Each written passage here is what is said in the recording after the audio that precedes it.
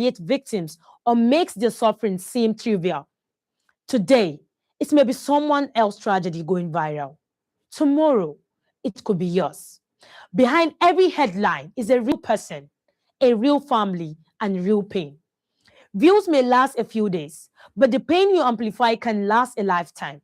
Before you hit post, choose humanity over virality.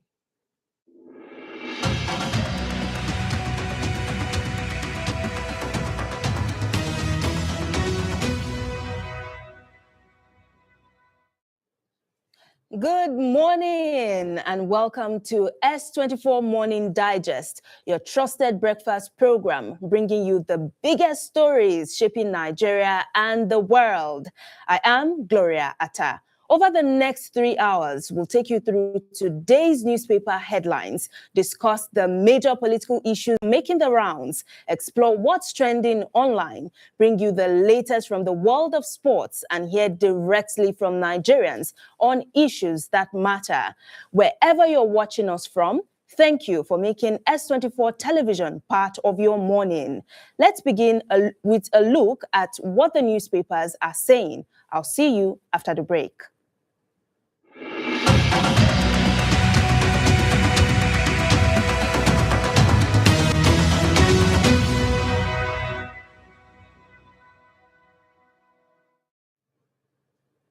Thanks for staying with us and thanks for staying with S24. Joining me for today's newspaper review is my colleague, Abubakar Turaki. How are you doing this morning? Good morning, I am fine. And good morning this beautiful morning. Good morning this beautiful morning to you. So as usual, it is another day to dissect national issues. And it's good to start very early. Yeah, early, but indeed is good. Yes, very early. So we are going to start with our first newspaper, and we'll be looking at the Daily Trust newspaper. And it says, many fear dead as gunmen attack Sokoto again. It's so sad that we are starting the news, on this note this morning. Let me just hear your thoughts. I'm actually speechless. Even before the Sokoto attack, I recently saw one community in Benue State was also attacked. Yes. Which led to the demise of at least almost, I think, 2 to 4 people. And kidnapping for ransom has now become a very, very lucrative venture in our country, Nigeria. Unfortunately, yes. What a shameful thing to our leaders. Does that so to protect the life and property of Nigerians are now becoming too nonchalant. They don't even care about what is going on. What I mean by they don't care about what is going on, if they really care about what is going on the issue of insecurity, at least by now we could have seen a lot of resignation, ranging from the president, governors, and even the chairman. Yes. And what happened yesterday at Sokoto, this is to tell you the level of insecurity now is taking a new dimension. In fact, was it even yesterday or day before yesterday, one of my colleagues was even telling me that the bandits have went on break. They are now going to be, they have went on break and they will not attack Nigerians. Yes, I don't have that fact that I just heard that, but we just woke up this morning with this attack, and I read through the story. I think I cried when I read the story. Do you know what happened? They started operation since around 9 p.m. to 3 a.m. The operation was going on. And now where is the rapid response team 9 from p.m. 9 to p.m. 3 to 3 a.m. according to this report by Daily Trust? And where is the rapid response team? What is Nigerian police doing? What are our armed force are they doing? Where is the community vigilante?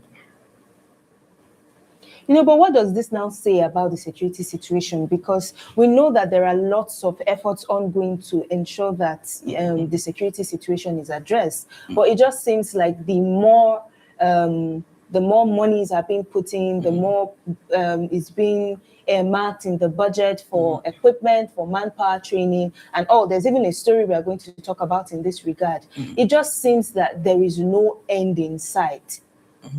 I really don't know. The issue of kidnapping for ransom and even attack of some of the communities has become very, very lucrative. Yes. Because allegedly, I don't want to call any ethnic any ethnic group in Nigeria and call them. So maybe let me just use this word, unidentified gunmen like that. Yes. So before, these are the people that were not be able to at least get a sum of 1 million naira per year.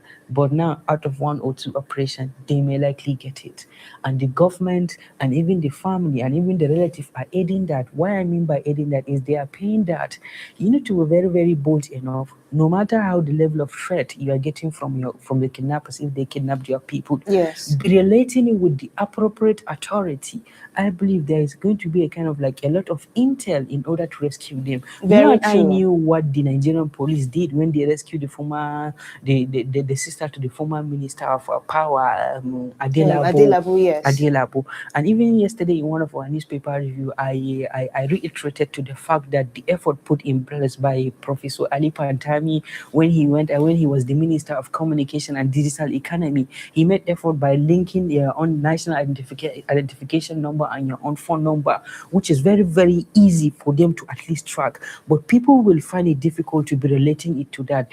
We know blood is thicker than water. Yes. No matter how I will say, maybe some people will say that maybe it's just someone that is not very close to me is not a victim. That is why I'm speaking that way.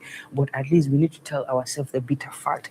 And to tell you the level of what happened yesterday. Yesterday, Sokoto State, they witnessed a devastating attack.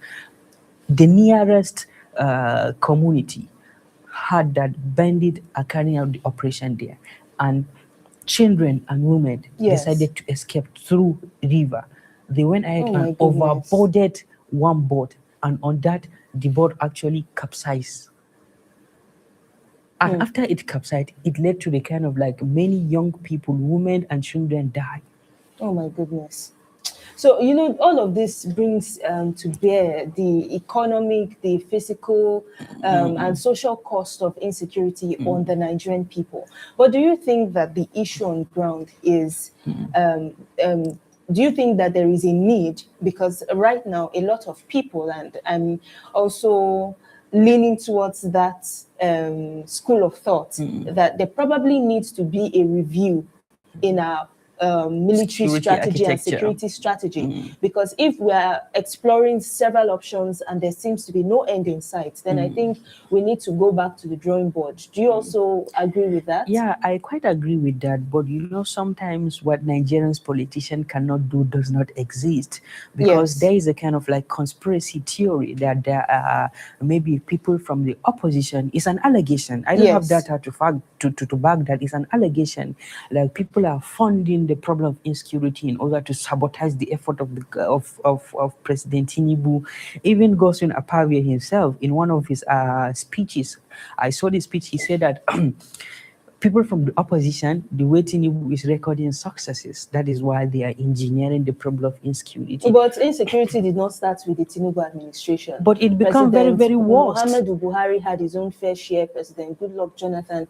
And I think that we are getting to a point where the political parties in power, instead of facing the problem and taking accountability, they keep pushing blame games. Yes, they keep throwing blame games. So this, for me, shouldn't be an issue of throwing blames. If something is wrong and you have been charged with the responsibility the bull by the horn. So you take responsibility and say, yes, I understand that due to one or two reasons, we can't achieve lasting peace right now, like in 100%, but we are working on it. This is what we are doing. It's better than saying somebody somewhere is, sabotaging you. I quite agree with you. Sorry to cut you short.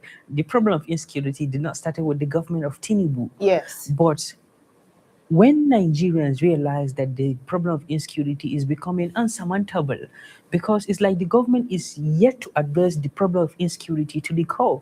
We knew when Goodluck Jonathan was in power, even though, let's start with even Umaru Musa Yar'Adua, when the country was in tears. I think it was those Niger Delta Avengers, those people that were vandalizing the pipeline. Yeah. They were able to bring a kind of like amnesty to them. They even went out and even introduced Niger Delta Development Commission. Yes. These are all kind of like programs, rehabilitation programs, in order to at least address the problem of insecurity that.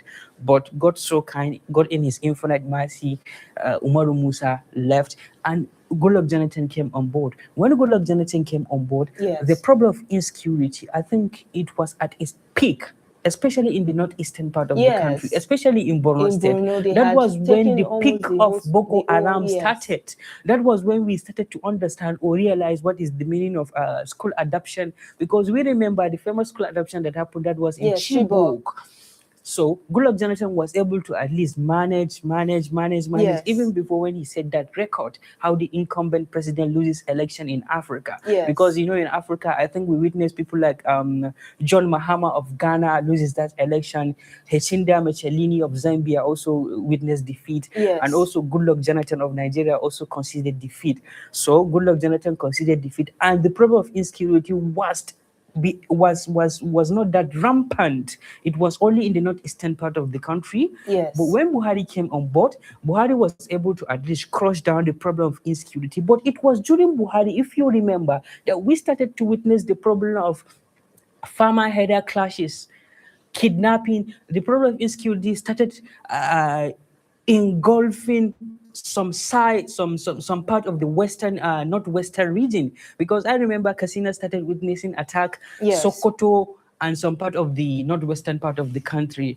Then when Tinubu came on board, it was during Tinubu that came on board. Do you know that when Tinubu came on board, almost 14 school adoption took place under Tinubu Yeah, administration? I was seeing that statistic somewhere 14. the other day. But it's not like I'm an advocate for the government. I am an advocate for peace and security. But we also cannot deny the fact that the Nigerian people have their own role they are playing in aiding insecurity in the country. How? I beg to differ. Every please. single day, let me land. So every single day, we are reviewing issues, stories for, let's say, the security update or something, and they are arresting one person or the other for collaborating with terrorists. them, yeah. Who are the people who supply them with guns, who supply them with food, who supply them with... So even the current Minister of Defense, Musa. Christopher Musa, would always say that the ordinary Nigerians, they are the lifeline of these terrorist groups.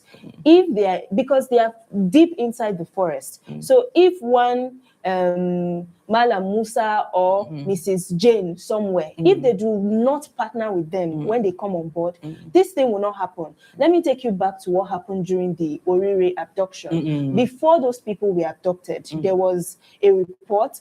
After the abduction, there was a report from a certain Akarasela or something around that community that said people were coming in large numbers, suspicious-looking people, patronizing her, and she sat down, happy and probably even going to church or to the mosque to say thank you, God. For sales.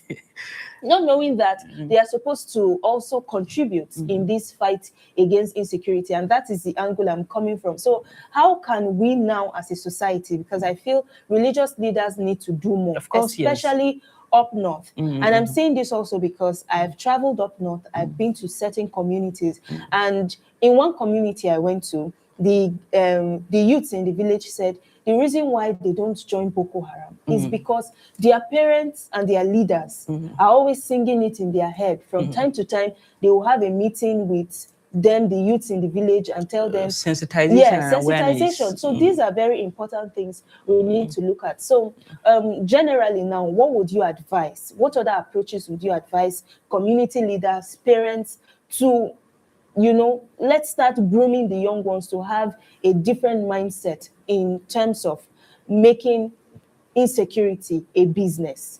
Of course, like when the government failed to do the needful, like, let me just be honest and push a disclaimer before I make this statement. Yes. When the government are always coming with harsh and unrealistic policies, when the government are always coming with IMF and World Bank prescription, when the government are always thinking of 2027 or 2031 general elections, how do you expect cordial followership from the people? I'm not justifying the way some bad Nigerians are aiding the problem of insecurity. They are giving intel to them. But it all boils down to the economy. If they did that, what are they going to have? They are going to have money. And if they have money, they are going to live very, very comfortably. I'm not justifying that. That is why I push out a disclaimer before. But if we are really patriotic, because there's a kind of like different perception, because according to section 39 of 1999 Constitution, as amended, because the primary responsibility of each and every democratic and responsible government, whether aristocratic government, whether democratic government, even gerontocratic government, is the duty of the government to protect the life, property of individuals, of its citizens. But why are we having it different in Nigeria? Now, in Nigeria, the reverse is the case. If the government can hear me, and if they can go back to this certain clause in the Constitution, let them read it twice and let them see if they are giving that thing, well, Nigerians are not going to cooperate and give them fully support. Let me just cut you short here. Let's just take a quick break, and when we come back, newspaper review on the Morning Digest continues. Stay with us.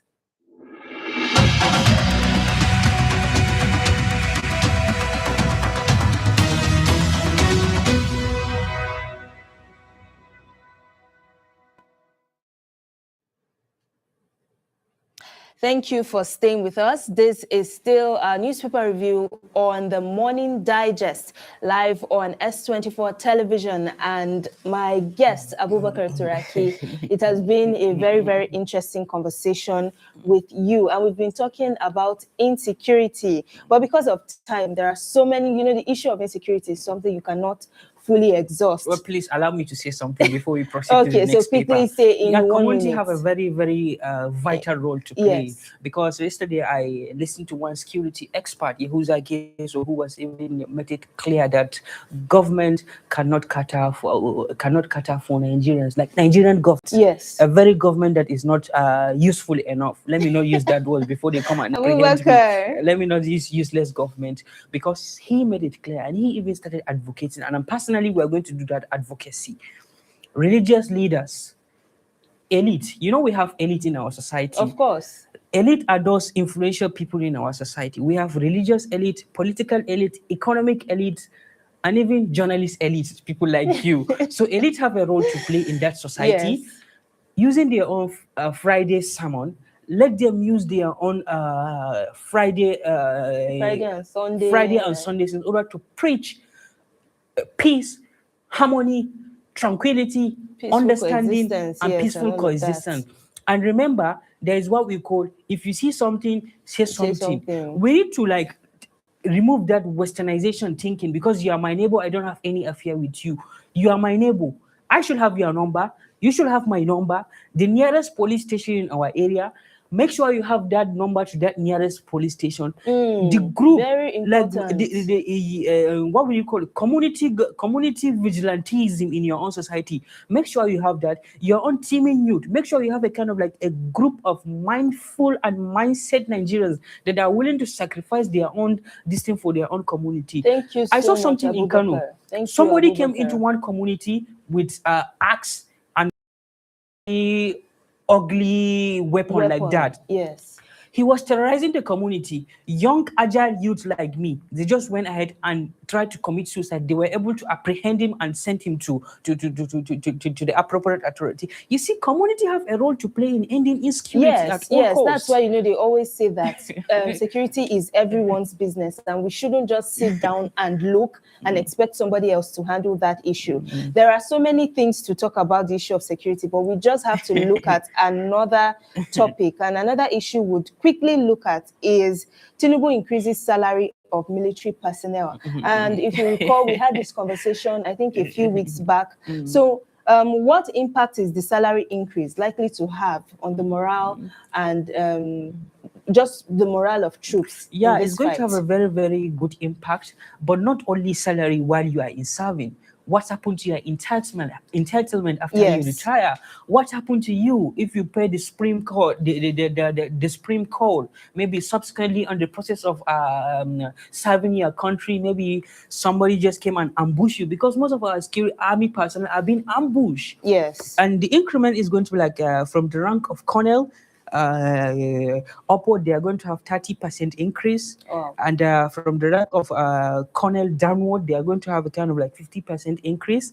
And also private, they are also going to have a kind of like 80% increase. So before, they are getting the kind of like 666 billion as their own budget annually. Then now they are going to increase into 924 billion, I think, based on that report. So what is going to do that? The president have been doing quite a lot of things in addressing the problem of insecurity. I think yesterday, I think it was it was Halima that we were discussing something.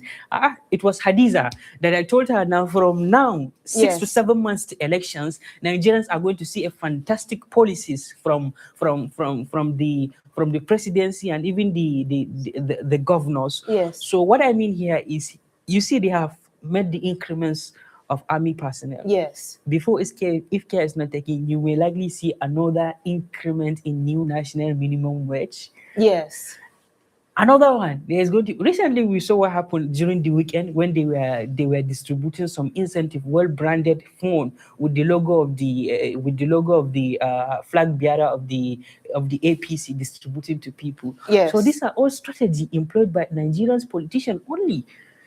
It is only in Nigeria that they will deprive you of your own basic rights. When it comes to election, they will fast track and do everything that you just be saying, they are doing fantastically great, not knowing that they are just trying to at least set you a trap.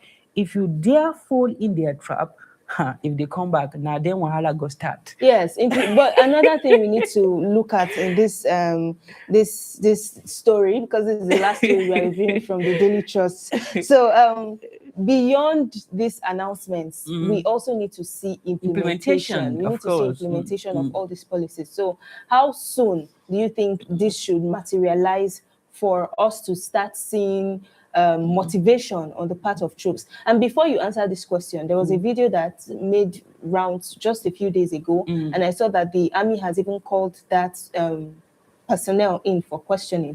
The guy went live on TikTok and he was begging for money.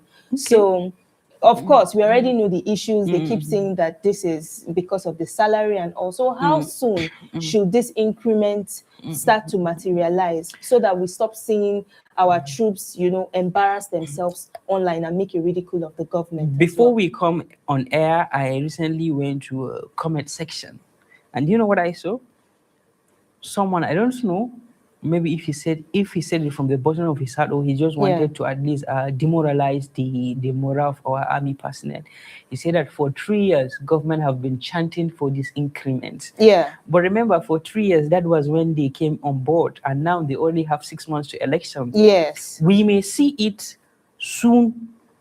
We may likely not see it as soon as possible, but all I believe is, if the government said something, government is a continuous process. Yes. President Bola Ahmed Tinubu is the mind behind this theory. Yes. If President Tinubu leave, maybe somebody will also come, and the government will continue. Thank you so much, Abubakar. So because of time, let's quickly go to our next newspaper. And we are looking at the Vanguard newspaper, the front page. It says PFIPC, allow me testify, I'm being made a scapegoat. Adeyemi is the one. He's back in the news again. Well, he has always been in the news in the last few weeks. He has been a recurring decimal. The psychology of Nigerian journalists or Nigerian politicians, because when I was in school, there is a course, I think, that is politics of mass communication. Yes. Politics is everywhere. So there is a politics of mass communication, because, sometimes if the government, like what is currently going on in the government is hard, Nigerians are on the bottleneck of the government. The government may likely come up with a tool as a distraction so that they can distract our own eye from what they are doing. Yes. If you remember, Nigeria is a Kannywood or Nollywood content. Do you know why I say so? Because every week we have a trending topic of discussion. Yes. Well, let's talking about Adeyemi's case. It's been a very interesting conversation. And anytime we talk about him, I always remember the first conversation we had where we talked about Nigeria having 2 presidents, 2 DGs, 2 of everything. But let's stick to very important issues, which is now it's important, right, that all parties be given a fair chance, hearing, a fair hearing to defend themselves. But do you think that the way the federal government has been managing this whole issue so far, how would you rate the overall management of this case, this scandal since to it be began? honest, it is lopsided. What I mean by lopsided is Adeyemi have been chanting out and he even presented some forged evidence. Yes. Because I saw they have been saying that it was just forged. If the government is neutral in addressing this problem, I believe now the Accountant General could have stepped down. The SSG could have SGF could have stepped down, and even the chief of staff to the president could have even stepped down. And even if it is in America, the president himself could have stepped down because this is happening under his watch. Unfortunately, Nigeria is a country where people do not step down. They don't care. So far, the only person I know that stepped down was I think Kemi Adeosun. Right? Kemi Adeosun is just because maybe she has the Western mentality. Yes, she's the only one. Allegedly, my sister, even though, you know, in Islam, she's my sister. Yes. The Minister of Arts and Culture, Musawa, there has been an allegation that she did not serve. Hannatu Musawa. Wow. Did she step down? I think this was the same allegation that happened to Kemi Adeosun when she was the Minister of the Economy. Is it my Minister of Finance? Yes, during Muhammadu Buhari? But she did not resign. Many people did not resign. And even what is currently going on, the 001 of the country, there has been an allegation about his own certificate from Chicago. Am I right or wrong? We recently saw what INEC posted in their own portal. How true and how possible someone would just graduate from university without going through kindergarten, primary school, and even secondary school. And there are even an allegation, they said that the secondary school, he said that he graduated 4 years after the school was established. How? Issues. Very important issues that we cannot question. You know, when I was in school, I could remember there is a course that is called Issues in Nigerian Government and Politics. You will keep talking. I think sometimes we go for 3 good hours receiving that lecture. This is to tell you the level of Nigerian issues have been there. And my grandpa used to tell me, since when during their time, during Shagari regime, issues has been coming on. And if you remember, since during Shagari regime, corruption has been going on. One of the major reasons why Buhari took over from Shagari was he accused the civilian government of being corrupt. Coming back to Adeyemi conversation. Adeyemi is just the scapegoat, and they really wanted to set him as a scapegoat. And I doubt if Adeyemi is going to receive a fair hearing from the government. Well, because all of this is the matter is still under the competent court of law, and even the House of Assembly, they have their own committee that is trying to scrutinize that thing. We should not just move faster than our shadow, or what Hausa people call Zamwiri Gamala Masallachi. So we should allow them to see that. But all what we are calling them as Nigerians, Adeyemi, they should try and at least give him a fair hearing. If anyone is found guilty of that, please, they should officially hand him over to ICPC or even EFCC. And after that, EFCC should make sure that they follow that into the logical conclusion, because Nigerians, we hold them accountable and they need to be responsible and come back and explain to us what is currently going on. Because we are Nigerians, and if Nigerians will continue to have more political socialization, more political awareness, I swear to Almighty Allah, the corruption that is currently going on in this country, we may not see it in the nearest future. All right, so quickly to what lessons should we be learning from this? Because I believe, I believe that for everything that happens, there should be a lesson. You shouldn't just sit down and something happens, you just analyze and then you go. What lessons now should government officials and even the government learn from stuff like situations like this that's happened? Because a lot of big names are being called right now, and a lot, it doesn't look good. It's not a good face for our country. So what better can the government do and public officials do to ensure that in the near future their name, their integrity does not come under the radar like this? Of course, they have to remember, no matter the position you're holding, one day you may not be there first. And your integrity, the greatest legacy in this world is legacy. I always give example like Abubakar Tafawa Balewa, Azikwe, Awolowo, and the rest, they are not alive, but their Yeah. legacy is always speaking for them. Yes. But now if I ask you a single politician, now if I ask you, do you know Ibrahim Mantu? No, I don't. You don't know Ibrahim Mantu. Ibrahim Mantu was a senator in this country. I think deputy senate president or senate president, if I may remember. Wow. But now look at it. What are the legacy they left? I'm not accusing or trying to say that he did wrong, but these are the legacies we need to look at it. And people, they have to remember that what they are doing, because whosoever is holding any public office now, I think he's about 40 or to 50 years. Yes. And remember, they have their own children. They have their own grandchildren. Even though most of them, they are in disguise, trying to at least obtain foreign citizenship to most of them. Yes. But no matter what, even if you're not going to make this country better for yourself, make it better for your own children, or make it better for your own people, your own community, because this is the only way we can live, leverage, and make this country better and forward. Because no matter what, Nigeria is the only country we have, and no matter what, where you are going, you have to remember you are coming back. Either your body is coming back or you are coming back yourself, and they will come here and bury you. If I may borrow from what Vladimir Putin said, the president of Russia, he said that like most of the African leaders, like they failed to understand that how can a graveyard develop?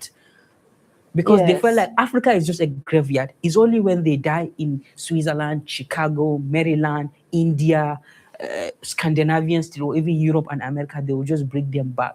Because if they are going for their shopping, they go to Europe. If they are going for their own treatment, they go to Asia. If they are going for their own honeymoon, they go to Scandinavians. Then how do you expect a graveyard to go? But this is where they are looting the money, allegedly. This is where they are looting the money and taking it to the Switzerland, maybe Bank of Industry. Oh, these are the kind of, why are they doing this thing?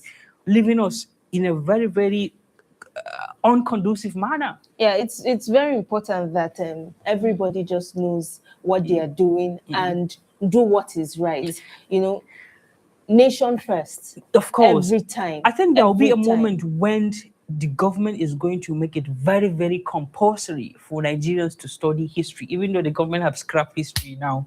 I don't know what is wrong with education curriculum. Yeah, that is even another conversation. It's a shameful thing. You will only know your history, then you will know where your weakness and where's your strength and how you can develop. Because human being, I think according to one sociologist, human being are born tabula rasas, empty-headed. Because if you come to this world, you are coming to this world with an empty mandula of Langata. It is through history that you will be able to understand your past, present, and even the future. This is a definition given by E.H. Carl, because he defined history as the study of the past, present, and even the future, and even the unending dialogue between the past and the present. And we also have to find a way of inculcating ways we can revive patriotism. I believe there are young Nigerians who are willing to at least sell their own, give their own, sacrifice their own lives to the development and progress of this country.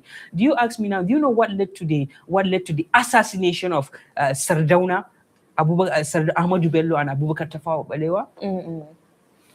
These are people that have fought to see this country somewhere. Now, if they are coming back, wallahi, I believe they are not going to believe that this is the Nigeria they just sit fought. down somewhere and say, oh my goodness. Oh my goodness. Look at it. 60-something years of getting political independent. Okay, I think, if I could remember, I think it is Paul Baron. Or that he said that like, economic independence without political independence is just fallacy. Yes, I'm going to put a stop to you right here. Thank you so much for your insights this morning. But we just need to go on another break. Thank you when so we much. come back, the newspaper review still continues. Stay with us.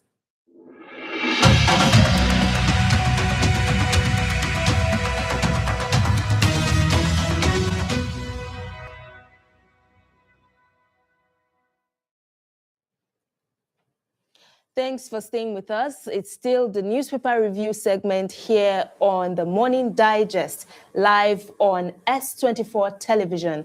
And my guest, Abubakar, and I have been having very, very interesting and insightful conversations on issues making headlines within Nigeria and around the country, So we've already talked extensively, but let's just also move to our third newspaper. There are so many issues to analyze today, but let's look at what the This Day newspaper is saying.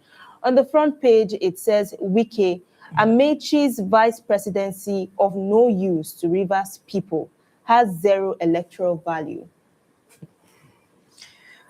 Let's hear from you this whenever time. Minister Wike speak, I just feel like there is what we call in Hausa, there is what we call Giyan Mulki.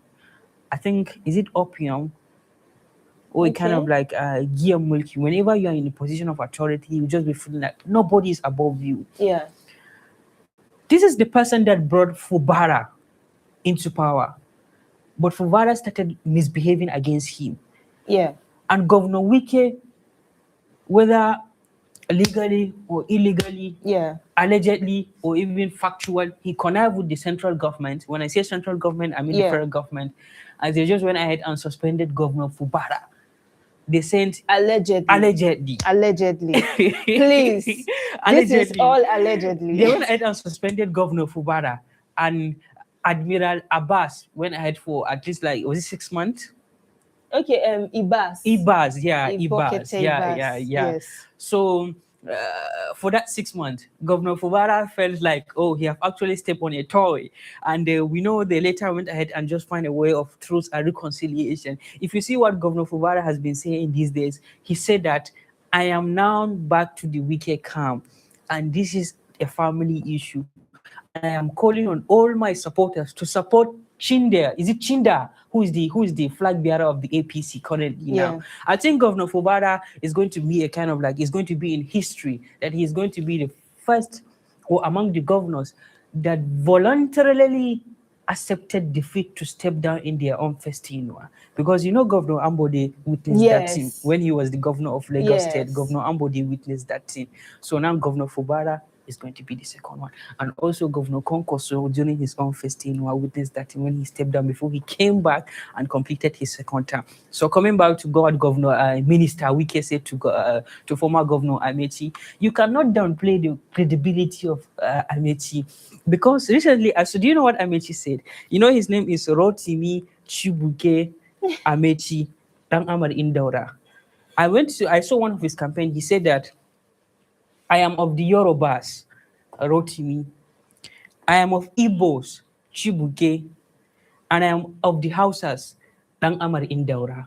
So you see, former minister Amechi, he's a politician. He's a seasoned politician, because the presence of Amechi is a threat to them. Amechi was the campaign, DG campaign of President Muhammadu Buhari. That was 2015. And even if I could remember, that was 2020. That was 2019 election. He was the DG. And when Amechi, they just came ahead with a good strategy. And you cannot underestimate the power of somebody who was being a speaker. He was a governor. And he was a minister for 8 years. And now he's the running mate of the ADC presidential flag bearer, Haba. I think he has a lot of supporters to give Governor Wike a sleepless night, former Governor Wike. And he's saying that he does not have any relevance in Rivers politics. I think it's just a hallucination. Who was his own successor? Was it not when Amechi left, Wike came? Well, sometimes too, I think... well, this is not my opinion. Sometimes it's pundits and analysts and just ordinary Nigerians. So they ask this question. I've seen it in comment sections before that. How relevant really is Rivers State to national politics and calculations to, major political parties that we care so much about? How relevant are they really? Yeah, before you at least become the president of this country, I think you need to have a two-thirds states. You need to win two-thirds state. And, as Minister Wike, who has been one of the shining ministers, cabinet ministers of President Bola Tinubu, because there is a kind of like some reports, I don't have data to verify that, they say that FCT minister, he's no longer in single treasury account. He's the one remitting his money, doing everything with his own money. That is one of the major reasons why he's executing most of the project within the center of unity. This is Abuja. So it is very, very relevant, and it is very, very shameful for him, who have been very, very close to the president, as an ambiguous politician, one in APC and one in PDP, for him not to bring Rivers State to governor to President Tinubu. And we know what happened, like when former governor of Kano State, Ganduje, was even a very ally to the president before he was being suspended or sacked as the chairman of the ruling party, when he was unable to at least bring Kano State to APC. I think this is one of the major reasons why the squabble started. Konkoso and his own ideology of that red cap Konkosia movement, they were able to at least win one Kano State. And Wike is just trying to at least show that, yeah, I'm still relevant to Rivers politics, I'm still relevant to Rivers politics. And I doubt the way Minister Wike have been playing a vital role in the destabilizing the People's Democratic Party, because we saw how he actually fought them. I doubt if Tinubu make his own calculation. I doubt if Minister Wike may likely come back in second term as minister. I doubt. This is my own prediction as a student of political science, because he have already done everything that is expected. Now, as I'm speaking to you, PDP does not have a presidential flag bearer. That's why, I always say that there are interesting times ahead in 2027. And you know what is going to happen in the next general elections? Yes. I recently stumbled across one video of Ahmed Nasiru El-Rufai, who is being categorized as a political prisoner, that he said that 2027 general elections, we are going for a second round of election, because at the first election, we may likely have a winner may likely not emerge, and we INEC have to go for another election. Yes. Which is, it may be possible, but it may be impossible, because even the opposition are not even united.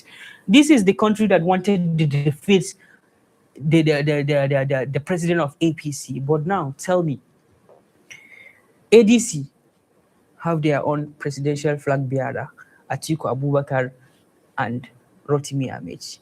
Within ADC, they have the faction, brothers faction, even though the court have actually scrapped that faction, but he's still parading himself. Even recently, I came across one of this in his profile. He said that the national president of ADC. I was like, oh, this man really mean business. Are they ready? Well, this is the question we need to ask Nigerians. Then NDC, they have Konkoso, they have Peter Obi. How saleable is the ticket of OK ticket in the northern Nigeria? The question we need to ask Nigerians secondly. And the other political party, what is the other political party? SDP, they have their own presidential candidate. I forgot his name. I forgot his name. One Yoruba man like that. So and also Labour Party, they also have their own presidential candidate. Like the possibility of defeating President Tinubu, how possible is that? And there are even allegations that they are even saying that APC may likely not allow Nigerians to exercise their own franchise fully, allegedly. Well, another important question too is, when it comes to whenever the polls are drawing near, you always see a lot of things in politics. You see politicians becoming more verbally abusive, to each other, and just saying all manner of things, even personal attacks. But do you think that right now are personal attacks becoming a distraction? Because there are a lot of things wrong in the governance today. And instead of having politicians, airing their view and making contributions to these very important issues, what we see are them, exchanging words, saying this person is incompetent, this is this. Most of the time when you have conversations with them, it's always funny, because they would, once this person leaves this party, let's say, for example, you are in AAA, I'm in BBB. And I would say, why don't you use the I don't want to identify with any political party, please. Well, AA is another political party now. Yes, Accord actually, party, yes, that's true. Or you are in CCC, I'm in BBB. So instead of us to look at the issues, and instead of me to talk to you and say, Mr. Turaki is not doing this in governance, he's not doing this, And if at all I have recommendations, I give. Instead, what we see is me saying, Mr. Turaki is incompetent. Mr. Turaki. So this has become a norm. Recurrent Yes, a decimal, recurrent yeah, decimal. And yeah. I think we need to start finding a way to. Thank you so much. This rewrite that actually reminded narrative. me in the during the First Republic, when you have ideologically driven political parties, the likes of Action Group, the likes of Jam'iyya Mutanen Arewa, the likes of NCNC, and many more political parties during the First Republic. Those how they have good ideology. Because if you ask the kind of like Azikwe, what is your own ideology? What do you have for your people? He will tell you. If you ask Obafemi Awolowo, what is your own ideology? My own ideology, I want to liberate my people to get free education. But now when we came back to the Fourth Republic, where we have the likes of PDP, APC, ACN, ABGA, and the rest of the political party, if you ask them, what is your own ideology? Do you know what they will tell you? Grabbing power at all costs and fulfilling the interests of the Western people. What I mean by fulfilling the interests of the Western people, when I step in, immediately before I assume power, I will withdraw subsidy. Is this not Western ideology? Well, not necessarily. Even the Western people, they are subsidizing many things to their people, but why is it different in Africa? You know that the issue of the fuel subsidy is something that we need to be very objective about. They removing the subsidy, there was a lot of fraud. There was a lot of... Do you know that currently the government is still paying subsidy? Yes, I heard that report actually. I saw it somewhere. I can't really report. I'm trying to talk about the positivity behind the subsidy removal. Not really the positivity, but the motive behind it, which is quite justified that in many countries, okay, this subsidy that we are paying for, I think at that time, I can't really give statistics because I didn't make deep research on that. But I know that then they said there were reports that Nigeria was consuming a certain amount of barrel of petrol daily, and then the subsidy we're paying for, it's just like we're consuming less than half of what we are paying. Yes. So people were siphoning this to other countries, enjoying our subsidy. Meanwhile, this money, if you channel it. So I believe for me that the issue is more about implementation. When you said you're removing this, okay, you're removing it, fine, no problem. But I need to start seeing considerable improvements. And I think that is where Nigerians are getting angry. That's where we are getting frustrated. Was removed. But in the last 3 years, it was withdrawn. Last time I have to stop here. Oh, you should have time. So basically, we have politicians that don't even have ideology. All what they have is grabbing power at all costs, marrying the most beautiful girl in the society, having the latest car in the society, building the latest mansion in Asokoro, Jabi, or Maitama, or Guzape, or even Guzape. Because I could remember, let me borrow from Dr. Fahunda what he said in one of his sessions that we had from him. He said that he came into Guzape, you know that this community, I'm going to mention it.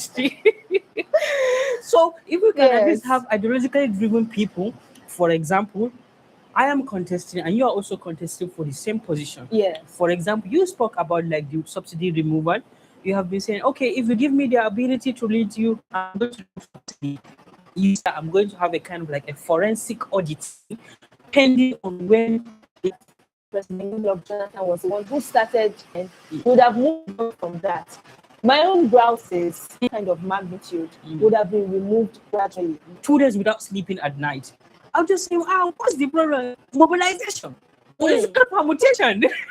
Political permutations, indeed. Okay, there are interesting times, and we will be here to dissect those issues as they happen. So much, Thank you so much. It's been a very, very insightful discussion with you. And that concludes today's newspaper review. Still ahead, street talk, political arena, top trends, and sports. Stay with us. I am Gloria Atta, signing out. Bye for now.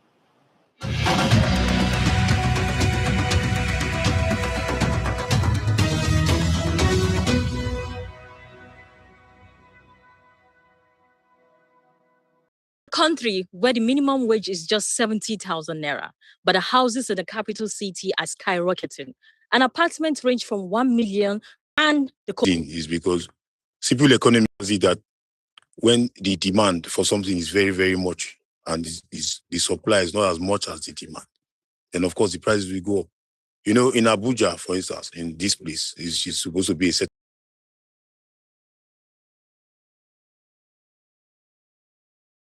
As a tenant, it's been a great increase from where I came in initially. When I came in, the flat I took was around 500,000, but as we speak now, it has gone more than 400%. We're looking at about 2 million to 2.5 million. It's not fair because this year now he's making 3 times and my landlord is increasing my rent. Last year was 170,000 naira. Recently, this year is 210 now I'm paying now. I know I pay 45,000 for 1 room. I understand, but they have increased it to 80 to 150. For instance, a room in this part of the town, this satellite, a room which we call a studio room that has a kitchen and a convenience, goes for as high as between 700 and 1 million naira. And a 1-bedroom flat, which has a living room and a room with the convenience as well as the kitchen, goes for between 1.5 and 2 million. Then a 2-bedroom here, landlords ask for as much as 2.5 to 3 million, and so on and so forth for bigger houses.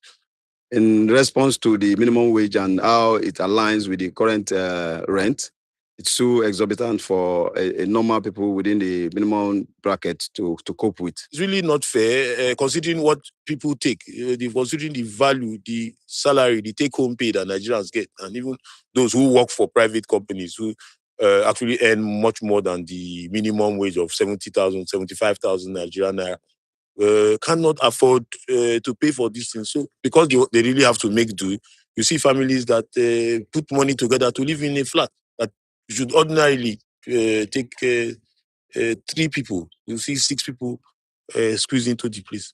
I think it's a combination of the two. Government does not have enough housing units to accommodate people. So the disparity between the government houses and the private owners too actually has the same problem that necessitated them to increase this stuff. So if the government wants to come in now, they can have their own units and people can make a choice. But currently now, we have more private than the one that is government. Nigeria has a deficit of 21 million houses. So if the federal government can build 21 million houses, then it will affect the price downward. Sometimes some greedy agents, they have a certain percentage that they collect in the event they bring clients or someone who rents the house from the landlord. They take 5%. Now they've increased it to 10% because almost everything over the years has gone up. So they take 10% as they take before. But 3 years ago, you rent out 4 or 5 houses or sell 4 or 5 houses. You get more money than now that in a week, you might just be able to rent 1 house. And secondly, it's difficult again because the lawyers have decided to double, they've left litigation and after doubling into agency because the money is more. So they'll say, I'm the lawyer. The lawyer will ask the tenant to pay a percentage. And when he pays that percentage, he might not have anything again. At least let them help us cover risk. At least let them help us increase our minimum wages. Because when I'm working, how much are they paying me? And the expenses are collecting the whole money. Every day may end up holding some people more. To live because you can't live close to town. Tenants don't have any choice than to get a affordable rent to get one place from here to. But I think that one too now, the price difference is not much. So government has to do a lot to actually help us to see how we can get out of this situation.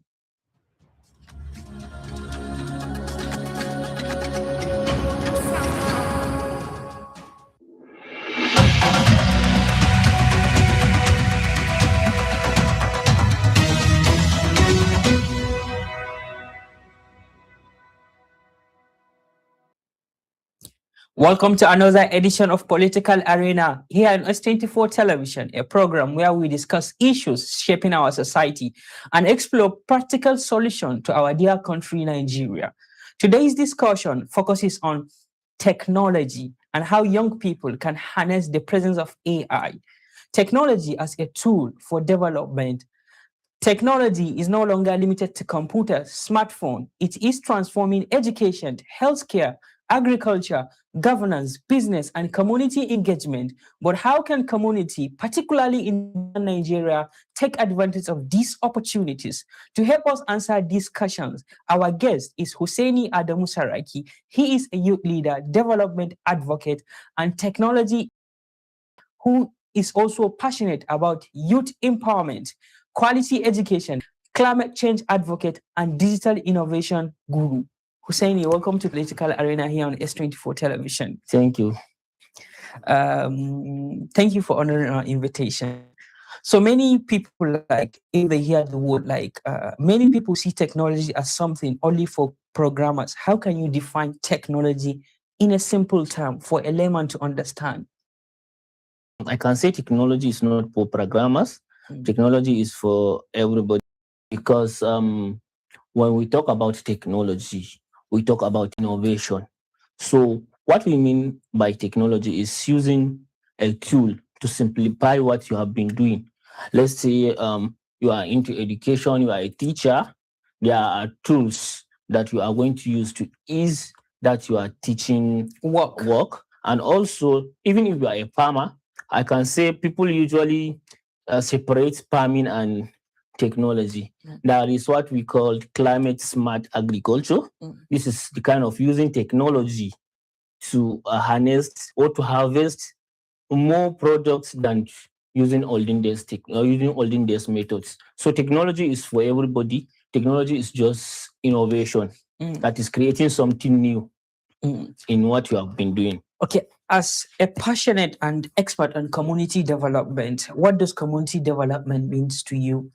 Well, if someone asks what community development means to me, I can say education, good health and well-being, people living in a conducive environment. So community development can, to my own perspective, means having access to quality education, having access to good health facilities, and also living in a conducive environment. So if you have all these things that I have mentioned, then you are living in a more I can say conducive environment. And this is what we have been fighting for our people to have, that is to have this set of basic necessity. So okay, so how can technology improve everyday life in our local community? Well, let's start, as you have said, education advocates. I give priority to education, actually. So I will start with education. Technology can come in and help in that aspect, not necessarily in universities where these are grown adults are using technology. I mean, in a grassroots level where a teacher can use technology in shaping the knowledge that is given to the pupils or to the students. And in the other hands, healthcare.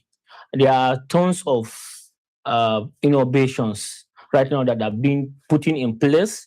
Example, when you go to a clinic, all these paper records that might be missing sometimes. So there are the things that were being introduced, that is Okay, they are now being computerized. Yes. Okay, on the process of unemployment and lack of opportunities, can technology help to solve the problems of unemployment and poverty in northern Nigeria? Yeah, I can't say yes directly, but technology can be used as a tool to hook unemployment. What I mean here is, you can't just say technology will solve the rate of unemployment, because if the youths are not, let's say they didn't give the chance to use the technology, so they will still remain in that aspect of, in that, what can I say, in that situation whereby the rate of unemployment is high.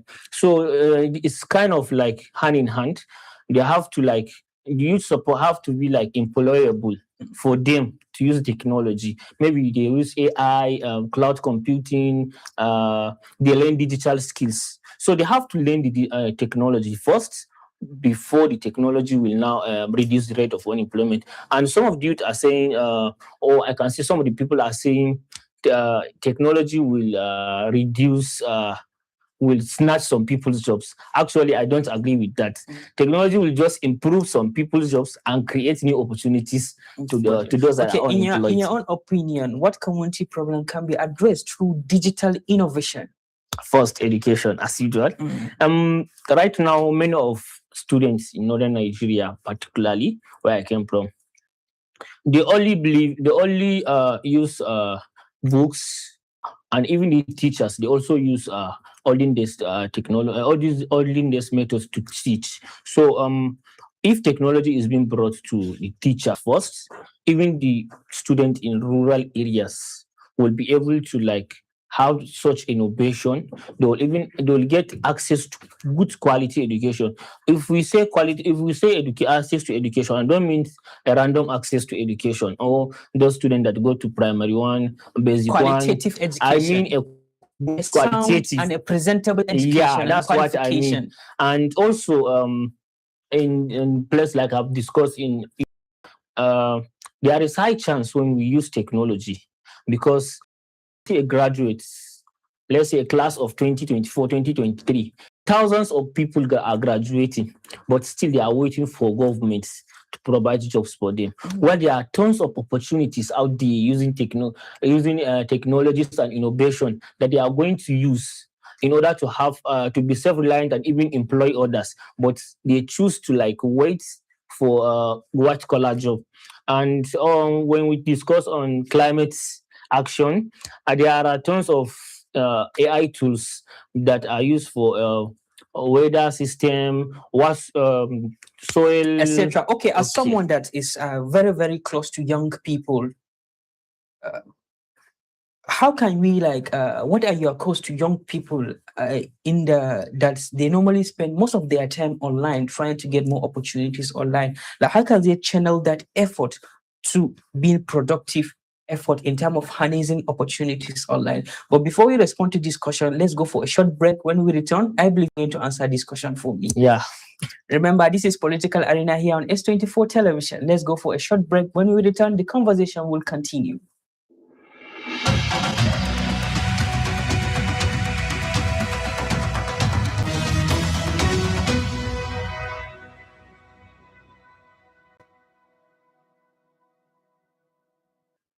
Welcome back from that break. Remember, this is Political Arena coming to you here on S24 Television. Hussaini, I asked you, young people spend hours online every day. How can they use this technology more productively? Yeah, I usually discuss this with my mentees, the people that I'm mentoring. It's not that because they are having access to internet, they're just misusing it. You will see a young person spending close to 15 to 20 hours scrolling endlessly from TikTok and stuff. They should channel that energy instead of scrolling and watching those content creators. Why not they learn digital literacy, communication skills, AI, cloud computing, cybersecurity? There are thousands of free, even if to say they cannot afford to pay. There are free tools. And in that aspect, if I tell you, I think maybe people will not believe me that. And I haven't attended any class to learn video generation, AI video generation. All what I did is I used ChatGPT and YouTube. It can amaze you that I use only 2 tools to learn a first stage of video generation. And right now I can proudly say that I can produce a 40 to 1 hour video using AI. So it's not about endless scrolling. It's about harnessing technology so that you can make your own impact. So right now, from community advocates, I'm turning into content creator. So you see, it's just like switching a line. Someone will say it's just because of how lucrative content creating is. That's why you literally migrated. No, I don't fully migrate because I'm still an advocate. So I'm still advocating. Okay, you might mention you're among the people that benefited from YouTube online classes and even the presence of ChatGPT. So which digital skills should young people start learning today? communication skills, because many of our young people don't have that skills. And I believe it's the most vital first stage of any skills. You have to learn communication skills. Then I can say basic digital literacies. There are some graduates that they can't send a single mail. So I think this is a slave of being a graduate, but you can't afford to do basic things online. So we start from communication skills, basic literacy. As you are getting that basic literacy skills, you will have the chance to know which niche aligned with you. There are thousands of niche. Maybe let's say you want to be an AI a video generator. You wanted to learn cyber security and stuff. So you have to know the basics first. Okay, Start so with communication skills. how can technology improve or provide opportunity for young people? Because I wanted you to tie with discussion, like, does anybody need a university degree before he start digital economy, which you already answered on the process of our conversation. So how can technology create employment opportunity for young people, especially where we came from, the northern part of the country? Because most of people are channeling the effort put in place in order to use technology. Maybe they are being subjected to what now politicians are calling data boys. Well, I cannot say data boys are those people that are using technology, because to me, data boys are just people that maybe answered, maybe let's say political boys in a modernized way. Political talks. Yeah, let's say talks in a modernized way, actually. So what I believe is you don't need a degree, actually, because I started this without having a degree. It amazes you that I've worked with several organizations before having a degree. So, have the airports. What can I say? Put it at the back of your mind. Yeah, I want to learn this thing. I want to be, let's say, have a fashion. I want to be in so place in the next 5 years. Have a goal. Focus. Have a goal. You can't just be, I want to be a content creator today. Tomorrow, I want to learn cyber security. So you need to have a focus, and also you need to have a goal. You have to start small. It doesn't necessarily mean you need to have a mentor. Yeah, a mentor sometimes help, but our young people nowadays misuse the word of mentor. Just because someone is giving you 2,000, 5,000, you will now be posting in his picture online and be calling him mentor. That's not the work of a mentor to me, because a mentor is someone that guides, not someone that will be giving you chicken change today. A mentor is like a candle. Yeah. Yeah, a mentor is like a candle. It's not someone that will just be giving you chicken change any here and there. So you need to have a mentor, but not necessarily, actually. Okay, many people fear about AI will replace jobs, as you said earlier. Do you see it as a threat or an opportunity for young people to strive and learn the ethics of AI? Well, I don't see it as a threat, actually, because I've said it earlier here that many people are playing that have that plane that AI will take their job. So assuming you're just like you, someone like you, do you really think you should just stay like that without furthering your research on your field? So AI will just help you. AI will give you an advances. Someone that is not using AI in that same field as you are will be completely different as you, because as you are advancing, the world is also advancing. Exactly. So you can't be stagnant. So what advice would you like to give to young people who have smartphone but don't know where to begin? They should stop scrolling. What I mean by stop scrolling is don't be wasting your time 2/7. Knowing every trend in TikTok, knowing every trend in Facebook, it won't get you anywhere, actually. You have to, even using the TikTok, there is a place that I know in a TikTok that is tagged as STEM. So that place, the TikTok provide that place for people that are ready to learn. Okay. Not people that are ready to scroll. There are For You page, there are STEM page. So if you see a person that is scrolling a STEM page, that person has a goal, and the TikTok will give, and the algorithm of TikTok will align with what he or she is scrolling. So even using social media, you can still learn. From there, you can know where to go and where to start. So you can use the social media as a tool to learn also.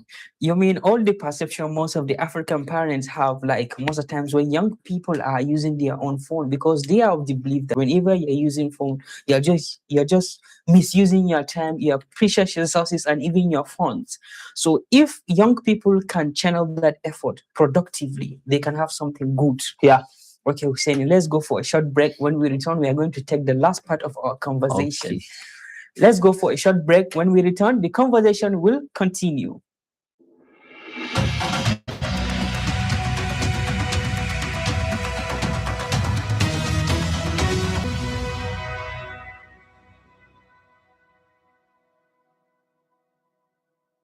Welcome back from that break. This is Political Arena, still here on S24 television. Husseini, so how can technology change education in Nigeria? Yeah, not to talk of the students. First, Education. Let's start from the grassroots. From the grassroots. Yeah. That's why I'm a grassroots advocate. So everything that I will be talking will be based on that first, because it will amaze. I will give you like some impression that even the teachers that are supposed to be guiding the students are not using technology. So how do you think the student will use technology? Don't you think that maybe it's due to the level of hard economic policies? Let's not come to that, actually. Even at that hard economic situation, the same teachers are scrolling through Facebook, are scrolling through Well, TikTok. it's all about mindset. So they are not matching the technology with their work, actually. They only use the technology for their pleasure or their personal use. So if to say they use that same energy, maybe I know of a teacher that uses ChatGPT, actually, but that same teacher is different, completely different from others in that basic school, because the app is helping him in arranging the what are they calling it? I'm not a teacher, actually. Is it a lesson plan? Yeah, lesson plan, lesson notes, lesson guides, what to even demonstrate, like the demonstrable item that they use in class. So the AI is helping him. And it's not only the teacher, I think, even the students. The teachers should be introducing to students and there are tons of websites from UNICEF, from UOMA. I was once a UNICEF YPAT, Young People Action Team, Generation Unlimited. So we have known all these websites that even in your local language, you can still access that digital website and the student will still get that knowledge that they wanted to get, even without using English. Sometimes, like me now, English is giving us a hard time. So learning in our own language, local language, that is how will boost the morale of that children, and also they will have the chance to use technology even in their own local language. Not that impression that technology is only meant for English speaking people. Like it's completely opposite. They can use their own local language to demonstrate it to the student, and the student will also use that same local language to learn digital technology. Hussein, thank you so much for sharing your thought on this wonderful topic. So what role should school play in promoting digital innovation? Actually, not really school. The governments first. Yeah, because what I believe is, if you say school, we are referring to both private and public schools. And these public schools are being managed by the government. So I think the government should provide a conducive learning environment for the pupils first, then equip the teachers. Because the teachers need to be equipped. You can't bring someone that doesn't know technology and wants the students to know to like get the technology or to like learn the technology from him, while even the person that is teaching the technology doesn't know about it. So the teachers need to be equipped, and there is need for a very conducive learning environment. So I believe if the school provided these two, because they are the major things, the conducive learning environment and the boosting of the equipment, yeah, teachers, the welfareism, the morals, and the if rest. I said equipping the teacher, I mean all that, because you can't be paying the teacher money that cannot sustain him a week Of course. and wants him to have a mindset. He cannot be emotionally I stable. think I could remember what Abraham Maslow said, like the pyramid scales of a worker, because he have to look at his basic need. Until he has the basic needs before he will be able to at least give what it is expected If from he is him. not financially stable, if he can't be mentally stable. If he's not mentally stable, he cannot be able to teach. Okay, to so teach what the message do you children. have for young people, for young Nigerians who believe they cannot succeed because of limited opportunity? Well, I don't believe that, because we are the one that created the barriers to ourselves. So how can we break it?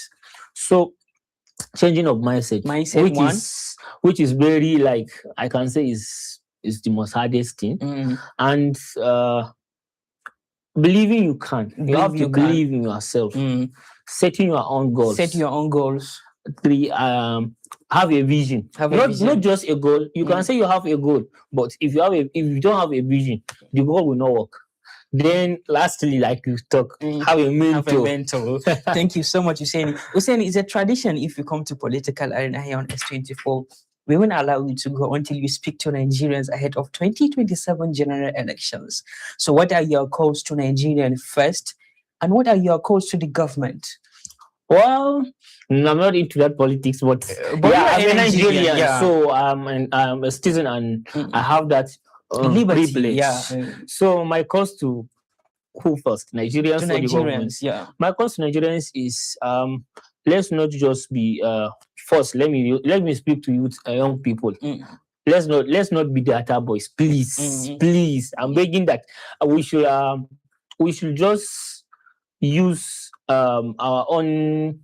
We should access the politicians, not that all these fake promises that we used to receive.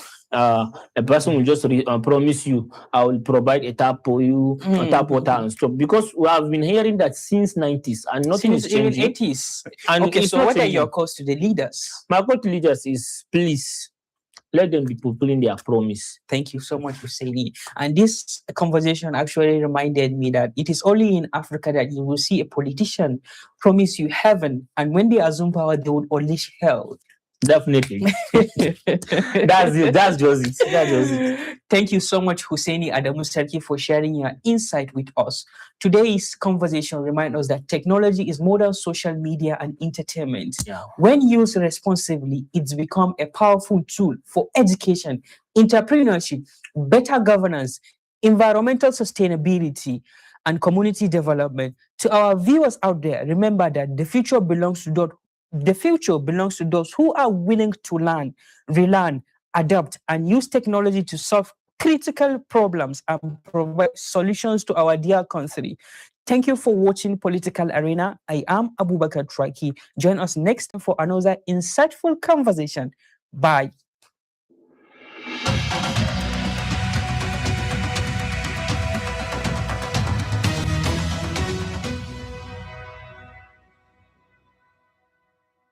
What if you woke up one day and couldn't blink, smile, or move one side of your face?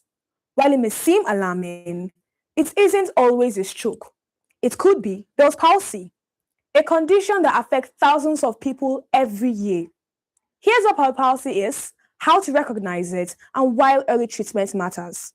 Bell's palsy is a condition that causes sudden weakness, paralysis of the muscles on one side of your face.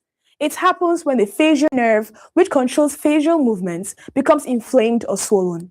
Although the exact cause isn't always clear, experts believe it is often linked to viral infections, including the herpes simplex virus, which causes cold sores. Symptoms usually appear suddenly and may include a drop in face, difficulty smiling, trouble closing one eye, drooling, changes in taste, increased sensitivity to sound in one ear, and excessive tearing or a dry eye. Because these symptoms can resemble a stroke, it's important to seek emergency medical care immediately. Only a healthcare professional can determine the cause, and a stroke must always be ruled out first. The good news, however, is that Bell's palsy is usually temporary. Most people begin to improve within a few weeks, and many recover completely within 3 to 6 months, especially if treatment starts within the first 72 hours. Doctors often prescribe corticosteroids to reduce inflammation, and in some cases, antiviral medications may also be recommended.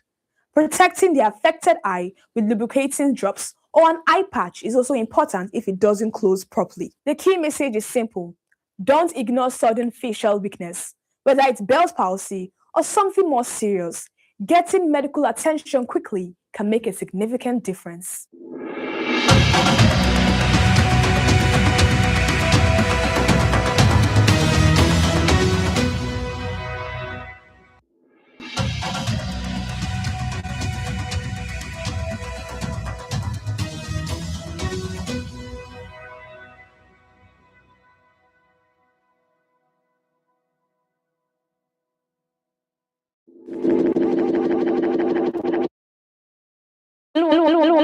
On S24 television.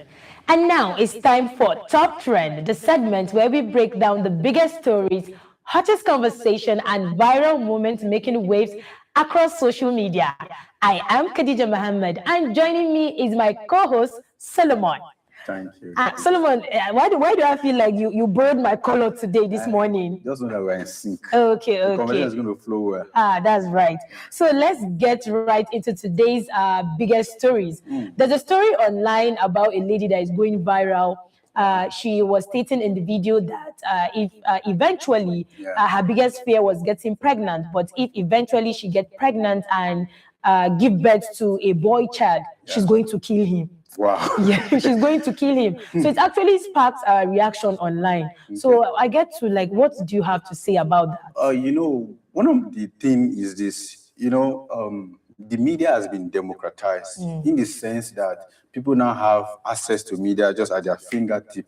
Unlike before the advent of social media, where you have to pay for airtime, whatever you are saying is being scrutinized. The danger of having a democratized media is that anybody can come and just spill whatever they want to spill online, don't know that they are shaping an idea, they are shaping an opinion. And if that is not curtailed, even when they go and maybe they've had like a rethink of mind and they've changed their stance, the people that they've lured into that bad ideology will still be in the dark.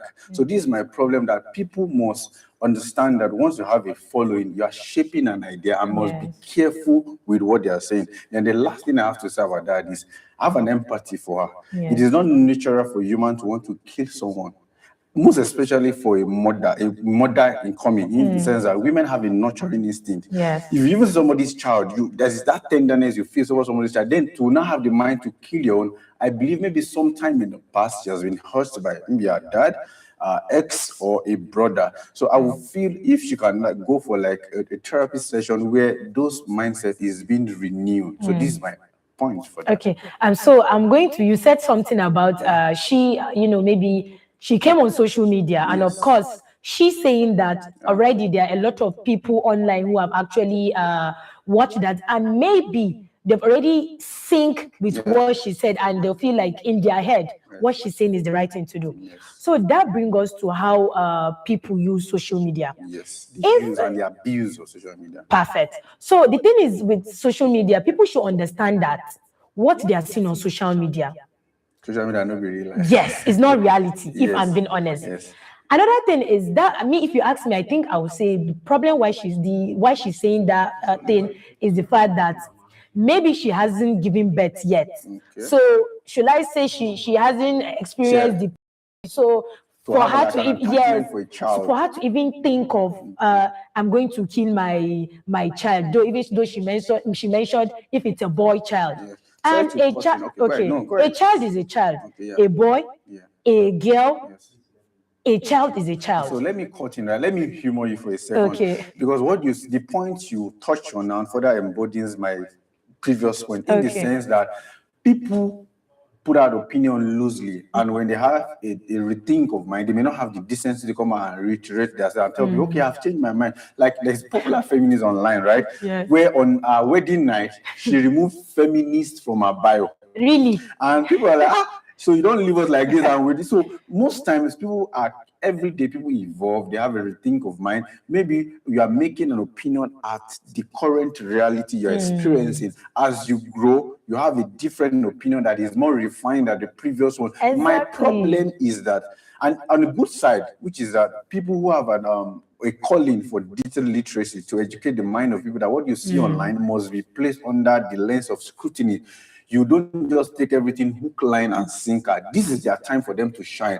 They said, because someone said, they said people must be foolish for wisdom to be relevant. This is a call for wisdom, people who are wise now to rise up and proliferate the media space. Yes. And educate, man. Don't just let people who are the loudest have the media space. Just because they are loud does not mean what they are saying is sensible. Exactly. So this is my point, really. So another thing about that, you said something about a lady who has been preaching feminist. So it's more or less like she left those ones on the streets and she went. According to that funny meme, now they never leave you. Exactly. So the whole point is that people should just understand that social media is not a place for you to verify.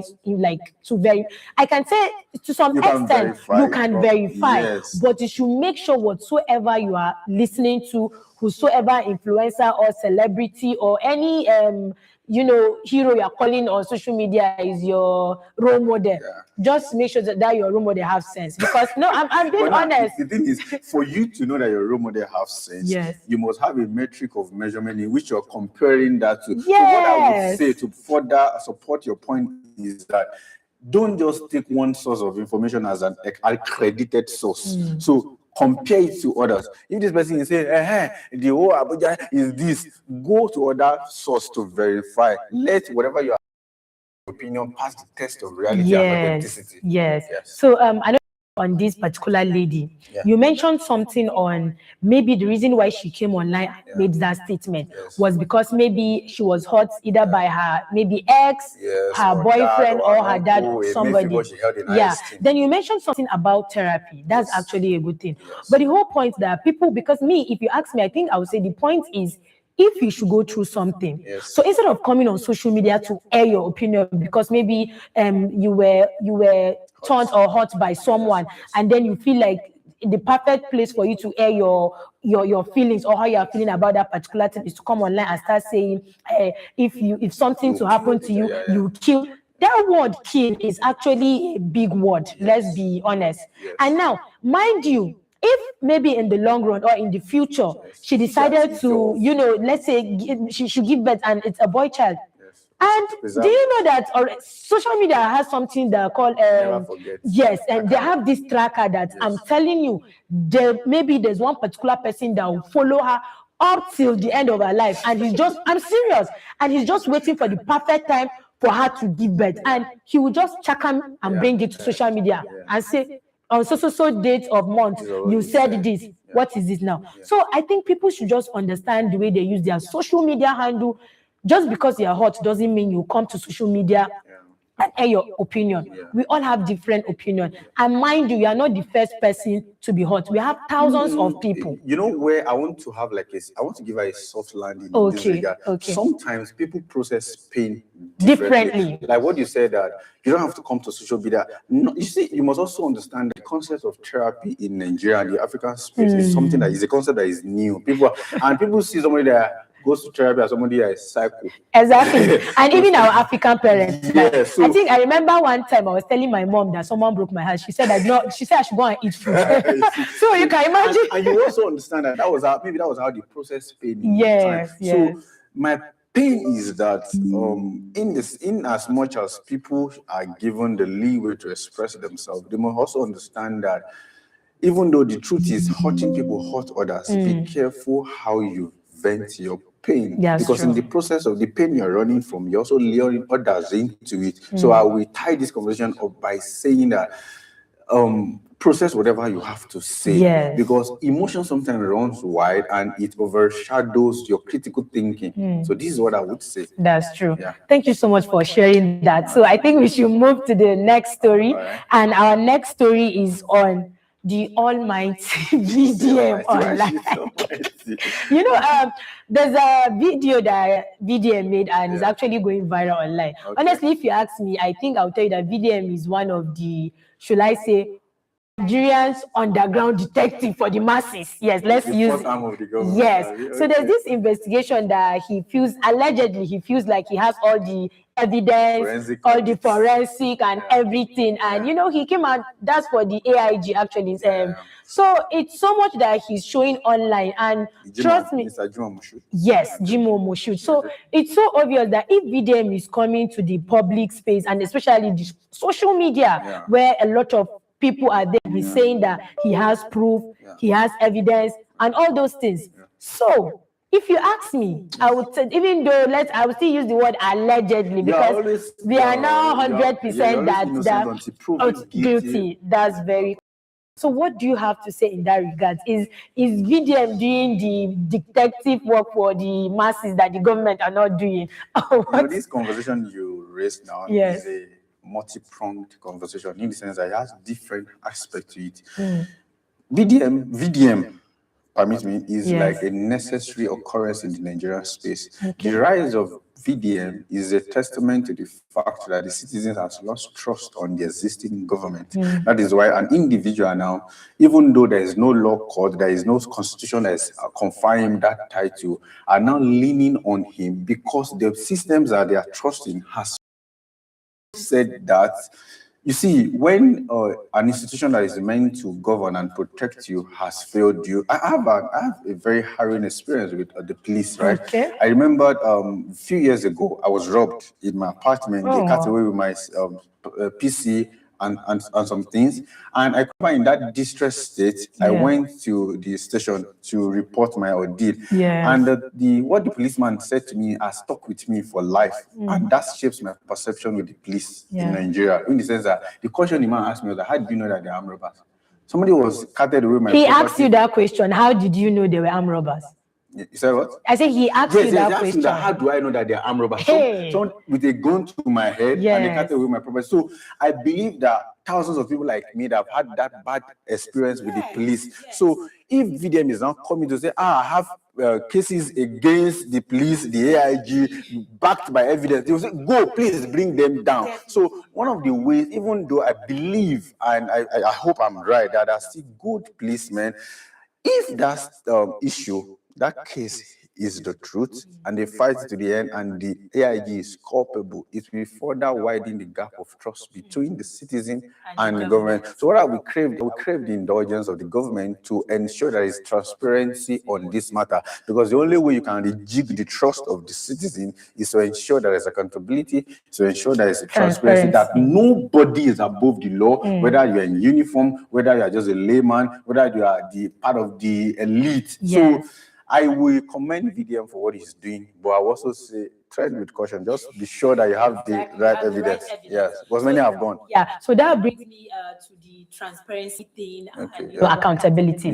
So if we are being honest, if you look at the Nigerian, the government system of Nigeria currently, is the fact that there are so many cases that happen. Let's use example of the Kaduna and Kano incident, where some in cases of these jungle justice things, right? We've seen it on social media. There were videos, there were proofs that this is the particular people that did this particular crime. But the only thing we are to see on social media is that, okay, they've arrested this particular set of people. And then after that arrest, you will not hear anything about that case again. So if the government really wants people like VDM to maybe be on their own, not to be tampering with their issue, their issue, they need to do the right thing. In the sense that if you are being transparent in a particular case, I believe me, a lot of citizens would believe in the government, in whatsoever you guys have been bringing, even if the citizens are not even ready to accept it. But if they look at this part that the government are really doing good in this particular thing, I think if is it Korea or South Korea or which country, I'm not really sure. they have this penalty of if you do this thing, you Yes, will see. outright. They will you- even hang you publicly. And this is also embodies my previous Do you point. get? Just be transparent. You know, there are cases I read somewhere where even the highway robbers, most of them are people that has been imprisoned.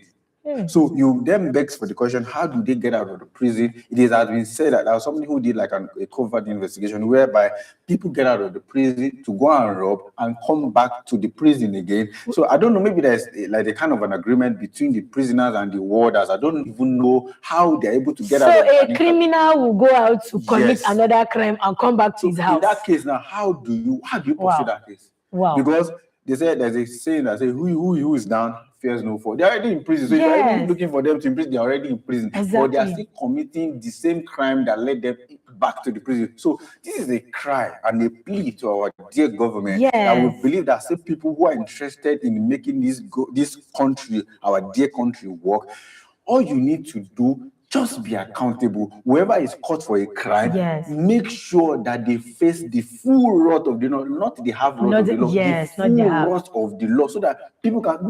People don't go to police station anymore. Exactly. Only the people Because that they don't trust the police Yes. anymore. Yes, They let don't me trust the humor you that police. people even say, this is for the politicians. That politicians has been swearing with holy book, and it's like they are still stealing that. Let's go back to the traditional way. When I they thought that's want- just the so vote. for people to come up with this kind of solution, it just shows that their trust is dwindling by the day Yes. at a geometric rate. So this is my point, really. Well, so I think another thing I will have to say is you said something about you were robbed. Yes. And when you, I I think, didn't get those things back, and they didn't follow it because that statement, the caution the policeman asked Yeah. me, how do I know that I'm robber? Already proves to me that they're not ready to follow the case. I just, with You- my tail between my legs. you just left. You know, that brings us to another thing in the sense that imagine you're actually a victim of the police in the sense Yes, that yes, something yes, happened to you, you went to, tell the police, and at the end of the day, the question they even asked you was, in the first place, that was not the first question they were supposed to ask you. The Somebody first question they're already supposed to traumatized. ask you is, are you hot? Because no, let's be honest. But the first question they asked you was, how are you sure? sure, yeah. So if whether you are sure or you are not sure, what you did in that first instance was going to them and tell them this To is the what authority, happened. I believe that. So now imagine if this is you now. Yes. Imagine if it was another person that maybe you see that comment now. That comment that just happened now will make that person from now on. If anything should happen to me, I'm going to take the law into my hands. No need for me to take. And if we are being honest, he has a reason for doing that. Of course. The police people caused it. Of course. You see, that is a plea, and the system must be revisited in the sense that you were talking with one of my colleagues yesterday how Yes. that now if a thief is caught, they made them to dance like Yes. a show of shame. I believe society is beginning to reset itself. This used to be the practice Before, yes. where you are caught in any societal ill, you are Yes. shamed, not just you, your family name is To your shamed, generation. to your generation. That serves as like deterrent to Yes. people who might want to toe that path. But we are seeing it where in this era now, shame has been thrown out of the window, where people's words are not even being cautioned. That's Somebody come out with the Bentley, your name Yeah, as them. yes. People that I see in secondary school or year one with the Bentley. So there's a core, and this thing cannot be done alone, even by the government, because even the Yes. cities are also culpable. Yes, they the are. people you They are are. hailing are the people that have illicit wealth. Exactly. So it's only when the thing now bites you, So, yeah, government yeah. come to Yes. when somebody said when it favors you, it's no longer corruption. That's true. It is God's grace. But when it is against you, government help Yes, you. God may help me. Oh. Choose your poison. So this is what I would Yeah, say. that point. Choose your poison. Choose it, oh. Know where you If you want stand. this right to work, let's make it Yes. work. That even if your family member is caught in the rot, let them face it. Justice. Exactly. Yes. So that brings me to that same conversation we were having yesterday with Miss Gloria. I was actually saying that the thief in particular was actually he was lucky. He was lucky. Okay. The Why reason, did you say so? yes, the reason why I said he was lucky is the fact that if you look at the situation of thieving currently happening, is the fact that if by any chance, if you look at so many communities Yeah. or society now, if a thief is being caught in that particular community, it's more or less like there are two things involved. If you run away from that place, you are safe. Yes. But just know that if you are still in that particular place, you are dying. Yes. It's either they'll burn you alive or they'll do you something that you know that maybe in the next 10 years of in fact, 30 years of your life, you will not. Tell your children. Exactly. Yeah. So the whole point is, I'm not in support of taking laws into your hands, honestly. It's very important. Yes, no because you no are matter the overboard. situation, no matter, yes, do you see that thing called due diligence? Make sure you follow it. Yes. Follow that due diligence very, so that at the end of the day, it will not be as if, oh, I just did something without, or you know, be like, no, I thought it was like this. What you are saying in essence is law exists to bring order. Exactly. Like in the primitive age, what they do a show of shame to as a deterrent for Yes. things. But people with ulterior motive can put a false allegation on someone. They can be chosen as thief. Maybe the person you hold the person money and he comes for his money, and in a way for you to invoke jungle justice, you are shouting thief, and people didn't come to ask a question. This is why law exists. Exactly. Order. And the existence of the law is that if this person is now found guilty, have been done due Yes, the person yes, is supposed yes. to face the wrath of the law. That brings us to the exact case that happened in Kaduna State. Okay. The lady that I think she was trying to find an Islamic school they are going for. Then they saw her with kids, and of course, because of people, they just started saying kidnapper. Yes, and you can imagine this case. And honestly, up till date, as I'm talking to you like this, we did not hear anything again about that case. What about her children? If I'm not mistaken, there was an interview they did with the child. He said if they did not take action on this, if he should grow up, he's going to revenge his mother's. So already, as a child, if a child has that kind of mindset by, let's say, age 10, 11, don't you think is a big...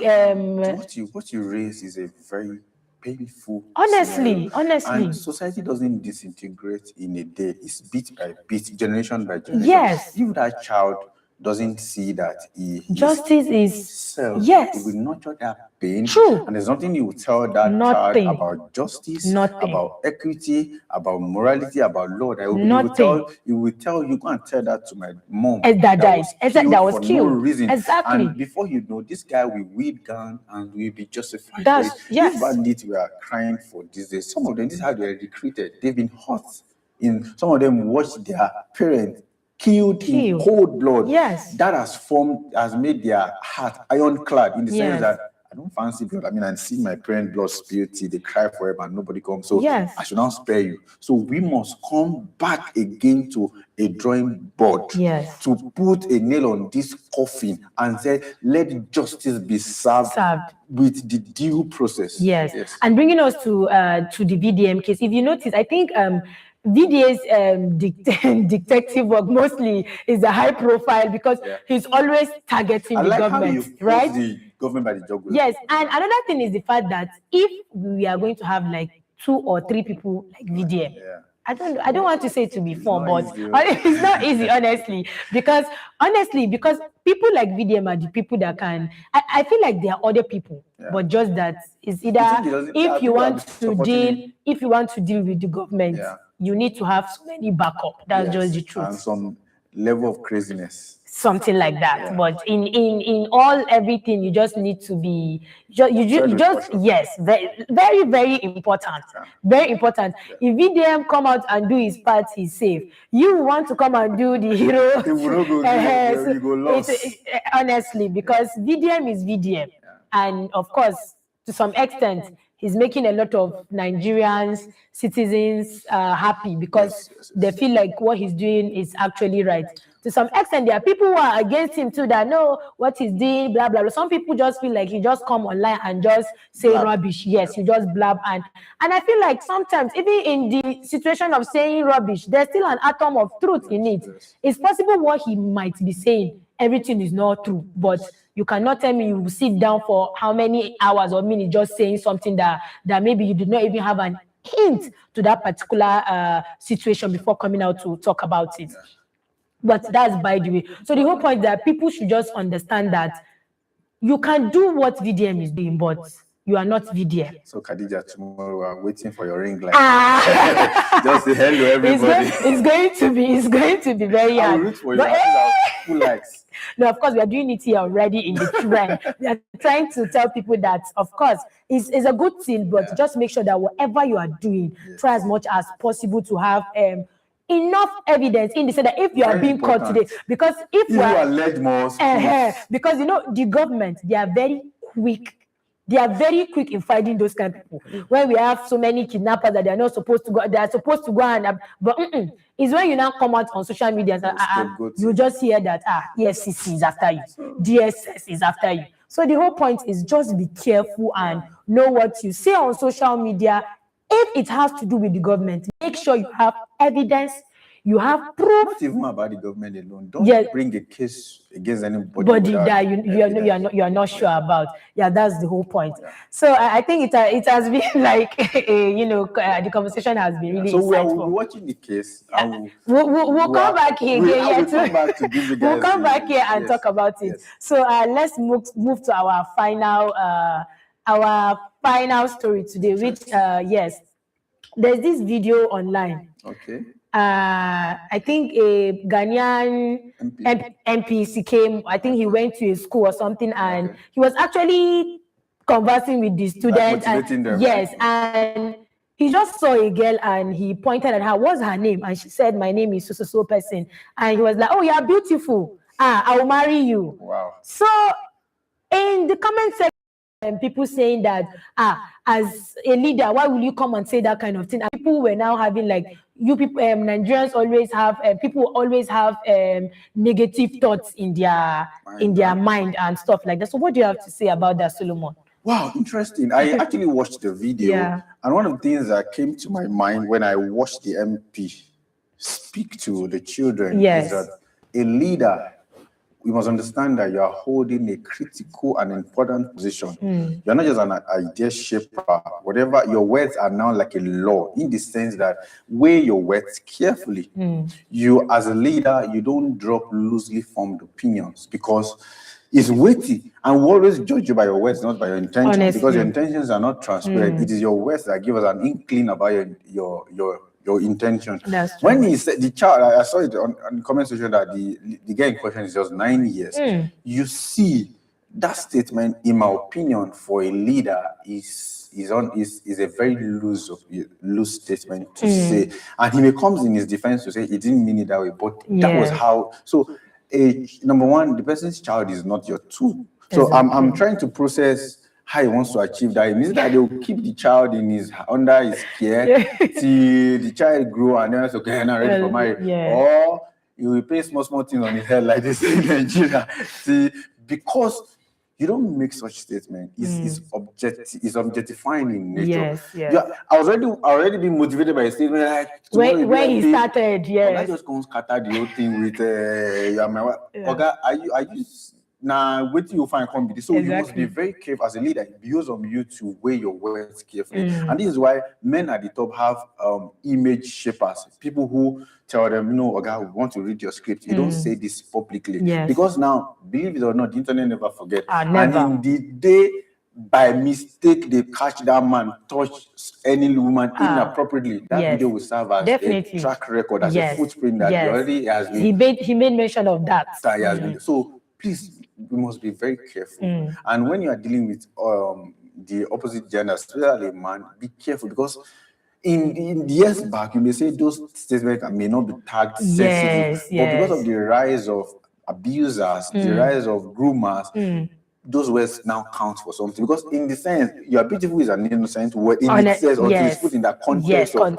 a man who is maybe close to 40 and a child is 9 years. So we must be very careful as a leader. Words must be weighed. So you made a valid point about if you are a leader, there are some certain words that you need to be very careful about. So that's actually right. So now that brings me to same video that I saw. Although we all know that we have different people definitely has different opinions. But if you notice this, you are my wife thing, it's something that has been happening for over a long time. You see, exactly. Like me, I think I remember when I was how old, and then there's this particular person, he likes saying it in Hausa. Zan aureki. So zan aureki means I will marry you. Wow. So he's a very, he's but then so I'm always burning my face that time. Why would this big man saying he's going to marry me and stuff like that? So yeah, you get that kind of thing. So the point is now, then our parents sees that as nothing. But if you ask me again, that brings us to a sensitive topic in the sense that those people you are allowing to be telling your children that I will marry you, be my wife, you be my wife. And if your child is probably smiling at that, uncle, is another sensitive thing to know that same man, though people have different mindset or intention. Intention, that word, intention. It can either be positive or negative. You as a parent, you never can tell until that particular thing happened before you know. So eventually, if that particular uncle is calling your child, I will marry you, you are my wife, you are my wife. Maybe today you come, you are my wife, you give her sweets. Tomorrow, I'm serious. And also prepping, sorry to cut in, right? Yes. You see, there's a statistic I saw somewhere, how that the top abusers are usually friends of family. Exactly. Because when you, number one, the child guard is down. If a stranger says, come, the child may frown at it because this is not I don't know this person. But because the person has been a friend of the family, has given us sweets, has come, carried out an lap. Yes. These are grooming processes that the parent may think is harmless. And this is a call for parents to, and I believe now there are women who are championing, not just even women, even men, because it's not only young girls that get abused, even young men are getting young boys are getting abused. There are people who are now championing the cause of educating parents that they must protect their children from even quote unquote uncles, friends of family, because you can never read people's intentions. And you cannot predict, you cannot predict somebody's mind. So you don't just, you don't carry a little child and say, oh God, they come, go and stay with uncle this. Do you get? And whatever that is done behind your back, you don't know. You don't know. There are some children that they are even abused. They don't even know that is abuse. Exactly. They're grown and they're like, uncle touched me like this. Yes, so uncle was doing. It is very important for us to start educating our children about inappropriate touches, inappropriate words. Yes. And don't be too familiar with family members. Yes. Let there be clear-cut boundary, and the parent to stand your ground. You know, Africa has this paddy thing. Where I don't want to offend them. Make them not start say my own. To do.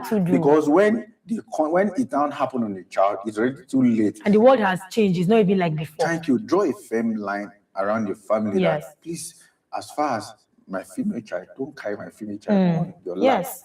The person might feel offended, but it is your child. Yes. And that is how you want it to be. Yes. For my boy's child, auntie, don't carry him to a dark corner. Yes. Anything you want to do it. Yes. In a presence. Let's see. And let that be boundaries. So when that sensitization is prevalent, even the abusers will now take caution. Yes. I know some of them will not stop. This also come back to our previous statement, the law. But before the law takes its course, please also protect your home. Yeah, and I think another thing that I need to say about this, the whole point is we are not saying because we all have different intentions, and we are not saying just because you are calling this person my wife, or I will marry you, it's a bad thing. Yes. It's not a bad thing, but honestly, in this context, we need to be very, and for this particular child now, I'm telling you, if she's not careful, it's something that will haunt her in that school. They might start calling her MP wife in that school. She might not like it. And you know how children can be, they might be joking. And in that situation, that also brings us to bullying. Yes. They might bullying the child, but them, they will not know. They will just think, since the MP said this, so let's just be calling her MP wife, and stuff like that. Another point is we must also address is, this is a child that has 9 years. Why should the only thing you bring to our memory should be being a wife? Yes. I know marriage is good, it's okay, but you can now that child can go, my highest achievement is being MP wife. Yes. She ought the career, the thing that they are building her for. No, yes. I'll be MP wife. I won't even need to study. So, and this also comes back to schools. Vet who you give access to your school. Honestly. Scrutinize their statement, their speeches. And whenever they are going out of line, I saw the man. I don't know if he's a teacher of that school. Yes. He was very uncomfortable. Yeah, He could not. the face. He was, He was, his countenance changed, why but- will he say yeah, that but kind he of could thing? not. I think Africans need to learn to put their foot on the ground. Yes. Cut him off. Yes. Or that Mr. MP, I be whatever it is. Yeah. Please come and be going, like they say in Nigeria, come and be going, because Yes. you are the things that the education we are trying to form in this student. You've come and you're trying to erase it with this Yes. your carelessly loose statement. Do you So, get? Yeah. So Maybe at that point again, instead of even if you don't want to be disrespectful Yeah. or saying, Oga, come and be going. yes. You can just raise your hand and be like, with due respect, sir, we don't do that in our Yes, school. yes. It doesn't mean, but Yes. at least you see those remaining children They that will you know made, it they will know that, okay, this It's thing wrong. is wrong. Next time, nobody will repeat it again. And you know, also, Africa, not just Africa, in the world, right? We see people that is highly placed as people who want to be like a boy that is also looking up to the MP. Yes. And start calling somebody in his class, my wife. I said, why you calling her? I said, but the MP come Call and it- he came and yes. it was so. This is how ideas are being Yes. shaped in the mind of the young one. And you know that the children, they are the leaders of tomorrow, and we must be very intentional about the things Very we say to intentional. them, because we are curating leaders of tomorrow. Yes. The things we pass to them, we must be very intentional. I repeat, intentional.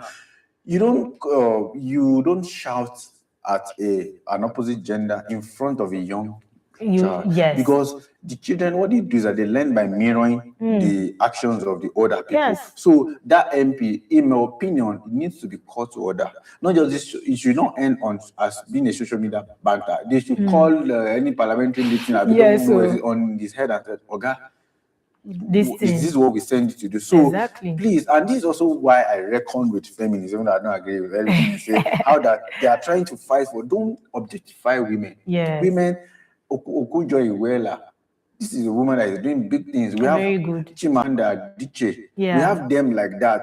There is more to them than just being a wife. Hmm. So you don't tie the whole existence of a child, of a female child, Yes, to a wife. that's so true. I please, this thing must be you need to stop, and there must be enough sensation about that. Don't just objectify what is my wife. And the fact that everything in that particular time made it as if it's a normal thing. So I think, nobody even yeah, at that point when he made that statement, you are meant to, with due respect, sir, such words are not accommodating Yes, in the allowed. school. Yes. I've seen situations where I don't know Africa bundle people up because the attitude you condone or the action you condone today. You see, authorities is not respected if it does not punish disobedience. Someone said that. You must use somebody, you must scapegoat someone. Definitely. If not, they'll not understand. Yes, put them on probation or even let him lose, because you see, this is how when you permit a misbehavior, it proliferates. That's The true. man's children can wake up tomorrow, and you see, there's a thin line between compliment and being an abuser. Yeah, he said, I watched the statement. Yes. He said, "You are beautiful." You didn't stop there. That is- You didn't stop there. Your wife. It's like because he hesitated a bit. Yes, He yes. said, "You are beautiful." You know, say, "Yeah, my wife." He said, "No, when you grow up, I'll marry you. So those are statements. He didn't even stop. He was Yes, there was some pauses, and then he Yes. was what was coming to his own head, Yeah, and then he he said, never jumped up, but he was still. So tomorrow, don't be surprised if that man is now caught in Yeah. an appropriate thing with children. Yeah. So please, we must be very careful. yeah. So- And another thing again, there's what people like saying in comment section that I think people need to be educated in the sense that if you see something online, Yeah. I'll always say this: we all have different opinion, right? Yes. But before you come out on social media to make any comment, please weigh your comments. Because some people that come to the social media and say, we like taking things negative, we are not seeing it in the positive way. No, it is not that we are not seeing it in the positive way. But we are trying to say, if today we are seeing it in a positive way, the way you say, do you know what will happen tomorrow? Do you know just this statement that he made? How many children has accumulated all those words in there? If they go back home, they will repeat that same thing. Yes, and you also social media is a marketplace, and one of the places that reflect the demography of social media is the comment section. That's when you even know their their level of exposure. Somebody who is saying you like taking things negative may not have experienced that abuse Exactly, but until it don't happen to them. I had a story of a man who was saying, why are they accusing this man that he abused someone? What is this? What is this? Let them do it. Until the daughter said, Daddy, he also abused me. That was the perfect. man. What was his? I'm very sure he will be very speechless at that point. Yes. So I believe we must be careful.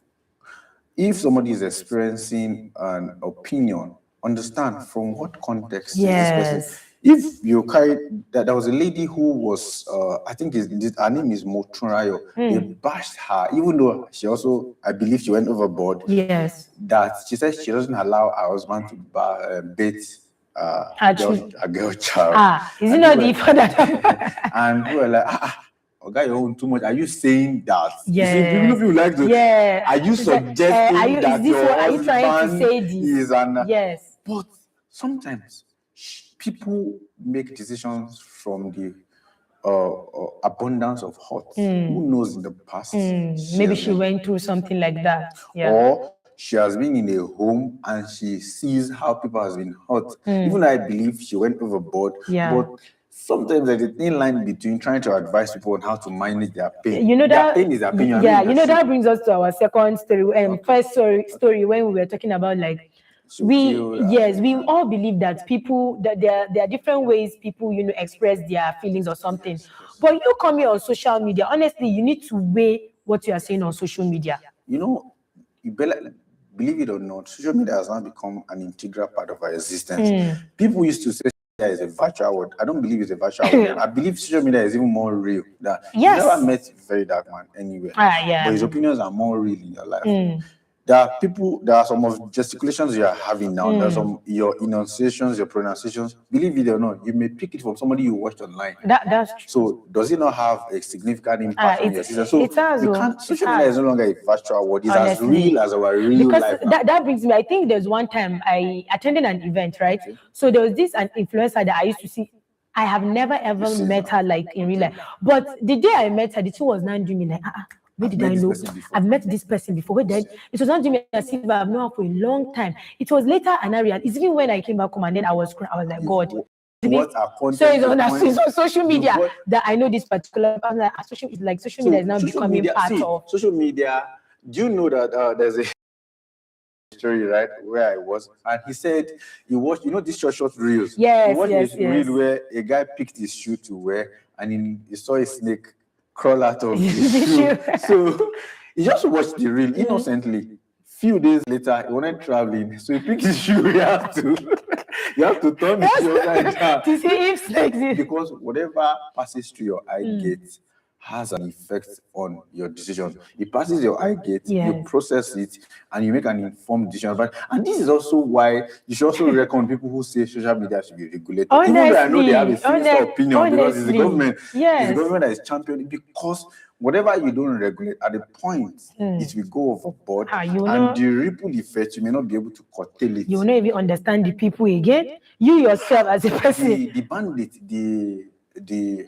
every sector of the banditry, terrorists, you see, how do you think they recruit their followers? It's online. Yeah, it's online. Most of them, you don't see them face to face. They have their tenets, they have their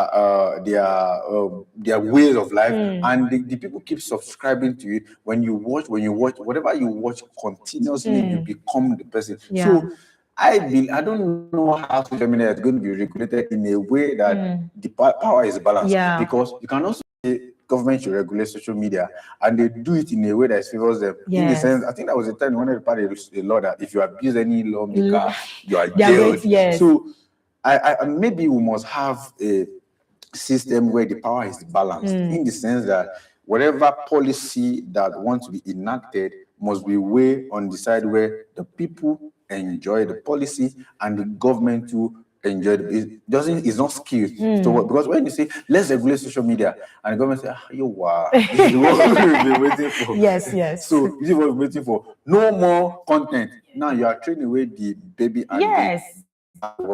So I don't know which system do you think. I hardly see lead comment on TikTok. I think another thing they did was if you're not up to 18, you cannot even See, access. so You cannot I- even access the social I media. believe it's also a good thing in Yes, the sense that they because believe already you are your not brain- fully formed, your prefrontal Mhm, cortex is not fully yes, formed in the sense to yes. make an informed opinion. Yes. But you see, parents these days, they use they use phones as a pacifier Yeah. for their little kids. Something happened. I think there was a video that went online. They were asking a little girl that what does she want to become if she becomes in the future.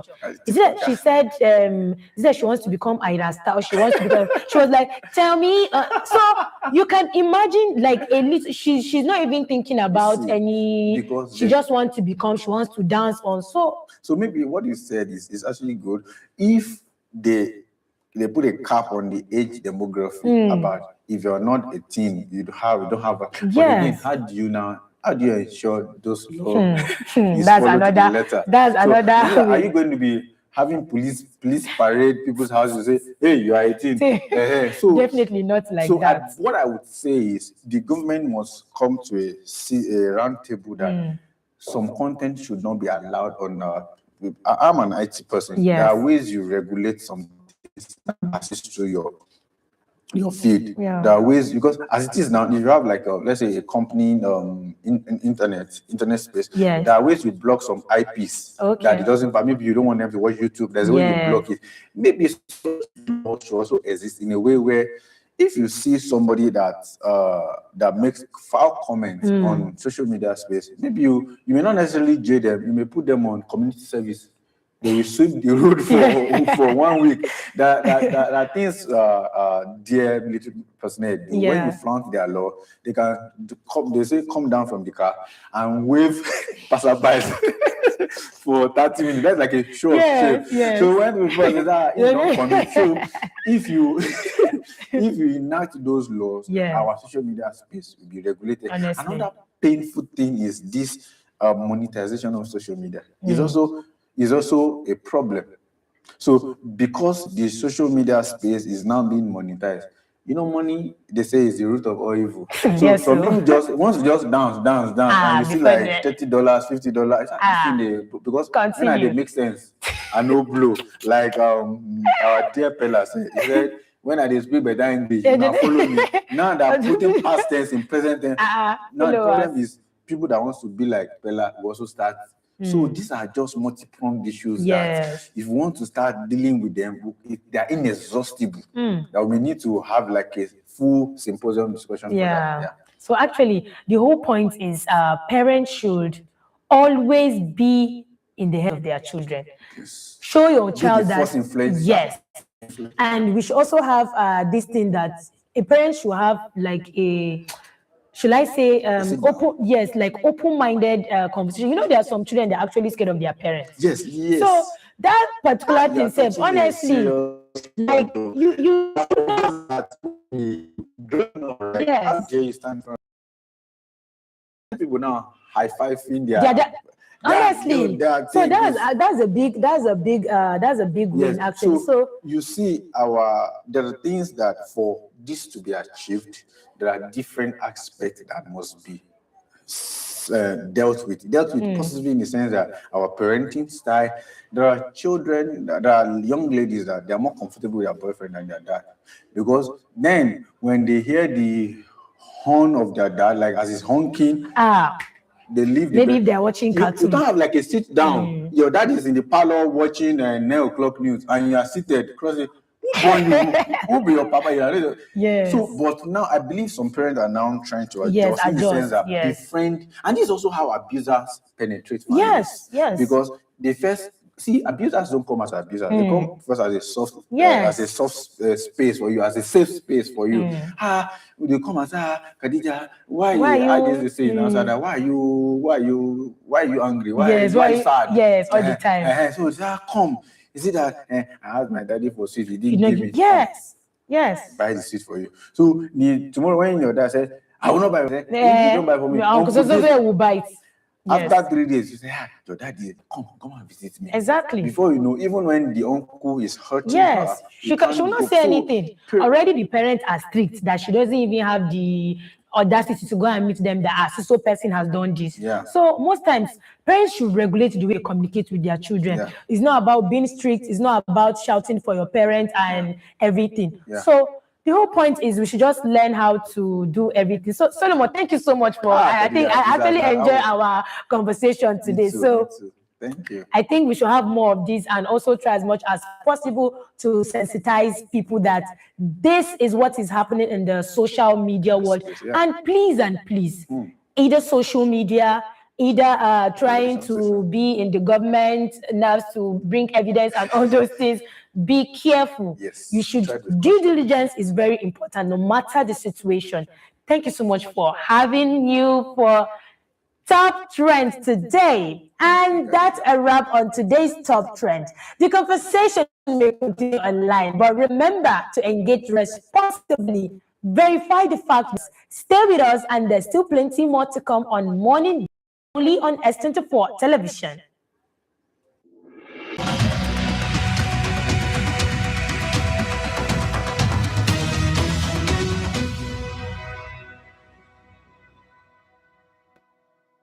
What if you woke up one day and couldn't blink, smile, or move one side of your face? While it may seem alarming, it isn't always a stroke. It could be Bell's palsy, a condition that affects thousands of people every year. Here's what Bell's palsy is, how to recognize it, and why early treatment matters. Bell's palsy is a condition that causes sudden weakness or paralysis of the muscles on one side of your face.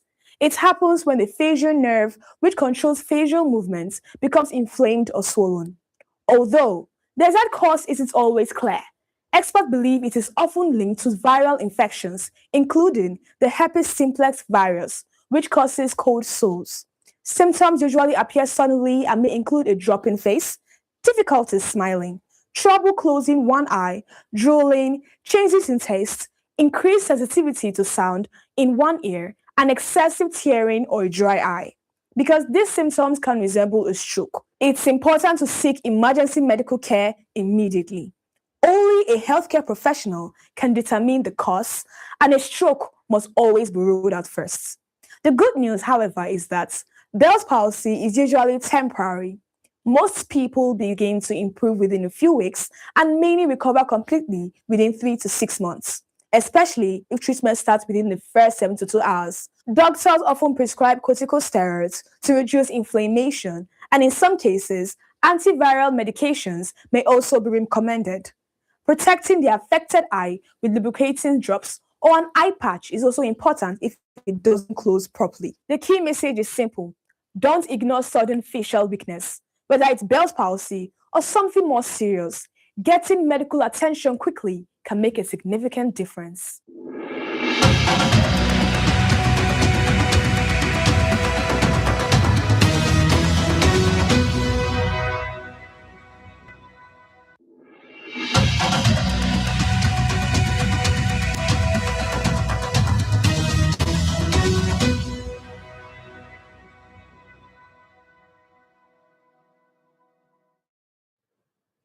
Good morning and welcome to yet another edition of the Sport Decks, where we go beyond the headlines to uncover the stories, the decisions, and the moments shaping the world of sport. I am your host, Udokan Godspower. On today's show, our conversations will surround Anthony Joshua's return to the ring, a return that has put Tyson Fury's conversations back on the table. We'll also be taking a look at the transfer market, where teenage sensation Yan Diamande edges closer to what could become one of football's biggest transfer. We'll also be looking at Mo Salah's surprise move to Turkey, while concluding our conversations with Mikhail Modric's return to football after a 2 years absence from the game. 4 major stories, 4 important conversations, and remember, this is the Sports Decks. Joining me today are my colleagues, Stephen and Olawale. Welcome to the show, guys. How are you doing today? Yeah, I'm doing fine. Stephen, how are you doing today? I'm okay. I'm a bit cold. But, yeah, how was it getting to the studio today with the rain that fell this morning? It wasn't easy, but we want to talk sports, so we have to make it down to the studio. Steven, how was it for you? Honestly, I thought I was not going to make it, but guess you what? Are here. I guess you are here, right? Welcome, guys. Welcome, guys. So we should just dive right into our story for the day. So our first headline is about Anthony Joshua's return to the ring and what next for him. Anthony Joshua made his return to the ring on the 25th of July in a boxing bout against Albanian fighter Christian Prenga, right? Yeah. So, what do you make about the bout? I believe you both watched the match. You watched the fight. What do you make about his performance on his return after an 8 months or so absence from the game? Well, it was a very interesting encounter.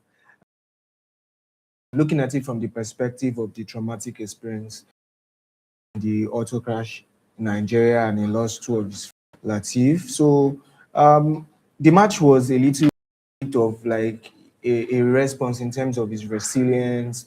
I mean, going through all of that and then defeating your opponent in the second round. So that was beautiful from Anthony Joshua. I mean, it's a testament of his potential. It's a testament of how he can weather the storm in his career, and that's one of that's a very important feature in professional sports. Regardless of whatever you are going through, your ability to come back even when you are down. So kudos to Anthony Joshua for representing us and defeating his opponents. Excellent, Stephen. How the game for you? How was the bout for you? The accident happened in Nigeria. Yeah, losing two friends, right? Two close friends. Let me put it like that. Right beside you, it will affect you mentally. And then when he tweeted, like, he poured out his pain on Twitter, where he said that was the end of boxing for him. That I don't know if it was because he thinks he's too scared to go back to the ring, or at that moment, the pain he was feeling was what made him pour out. Is that, when someone has that kind of experience, he experienced, that person is bound to express whatever pain he's feeling at that particular moment. So I felt like when he expressed this pain, like he said, he was no longer going to box. The first question that came in my head was that the end of Anthony Joshua's era?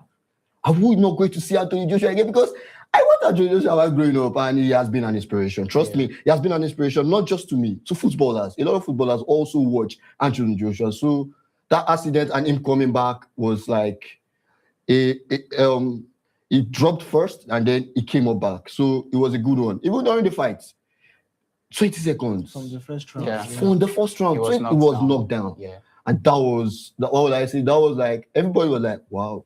In my head too I was like, is this the end of Anthony Joshua? Then the second round came and I was like, he recovered quickly, and I was like, yeah, this is the Anthony Joshua we all know. Yeah. So in that, between the first round and the second round, I felt like there was a momentum where probably he had to think through. Sometimes when you are going back to fight after that kind of experience, you have to fight whatever is holding you back. So I felt like he went into his thoughts. There's a situation where something is holding you back, and then you deep into your thoughts, and then you let it go. So I felt like at that, between the first and the second round, he had his moments. Yeah. And that was what caused that breakdown in the first 20 seconds of the first round. So for the second round, it was remarkable well. And we look forward to see more of that in Anthony Joshua. So I have a quick question. After the loss of his friends, we saw comments like he wasn't going to return to boxing, floating all around social media. What was going through your minds when you were seeing these comments? And did you, for any seconds, think that this was actually going to be a reality where we don't see Anthony Joshua in the ring anymore? The way I saw it, it was an emotional spur of the moment from fans. I mean, the event is not something anybody would want to go through.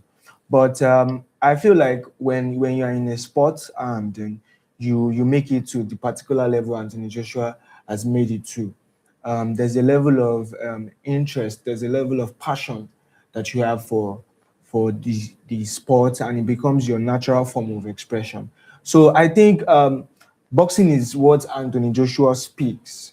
It is basically so many things about him, and then I didn't see it at any point that was going to be the end of his career. So I always saw him bouncing back. I saw that he was going to come back, and because he has a lot of things to prove.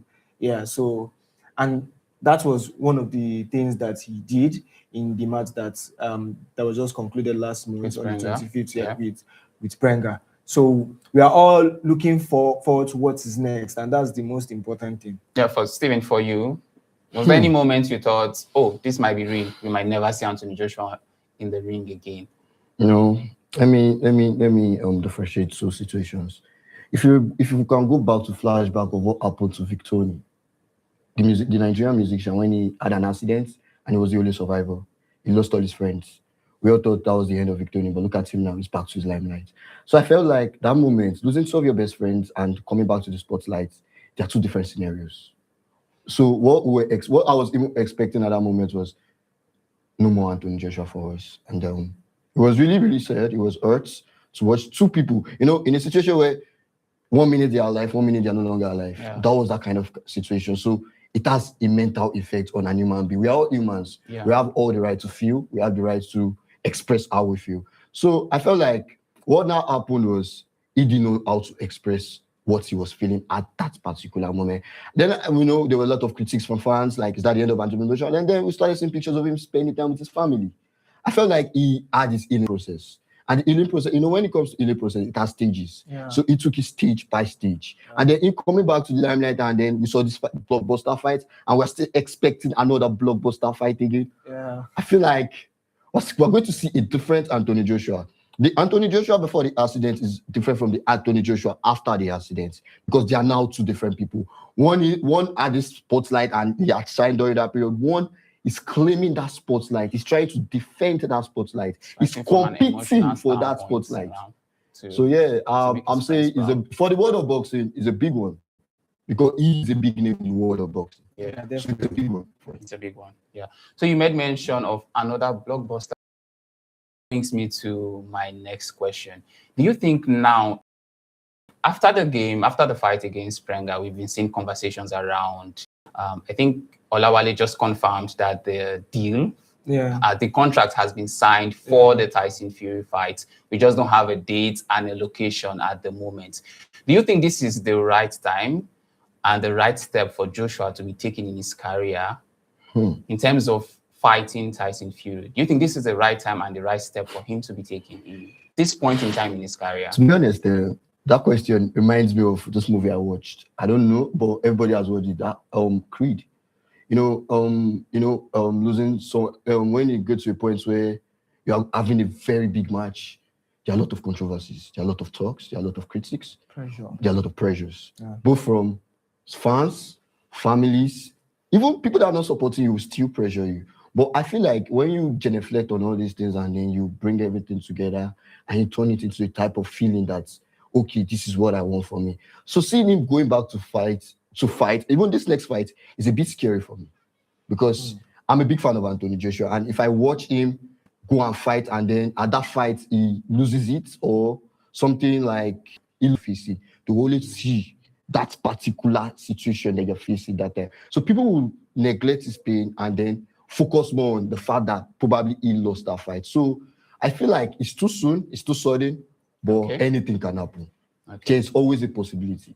So for you, the fight is coming too soon and too sudden. It's too soon and too sudden, but there's always a possibility for you win. So if you were to have it your way, when would you have love for the fight to come up?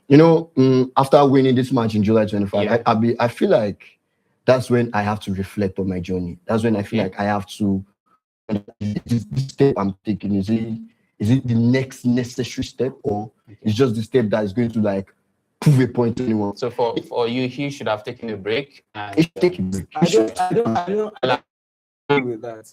When you fight, you fight for fans. Okay. I mean, those are the people that are funding these sports. Yeah. And this is one of the most anticipated games in modern day boxing. We have Tyson Fury, we have Anthony Joshua. Those are two big names in boxing.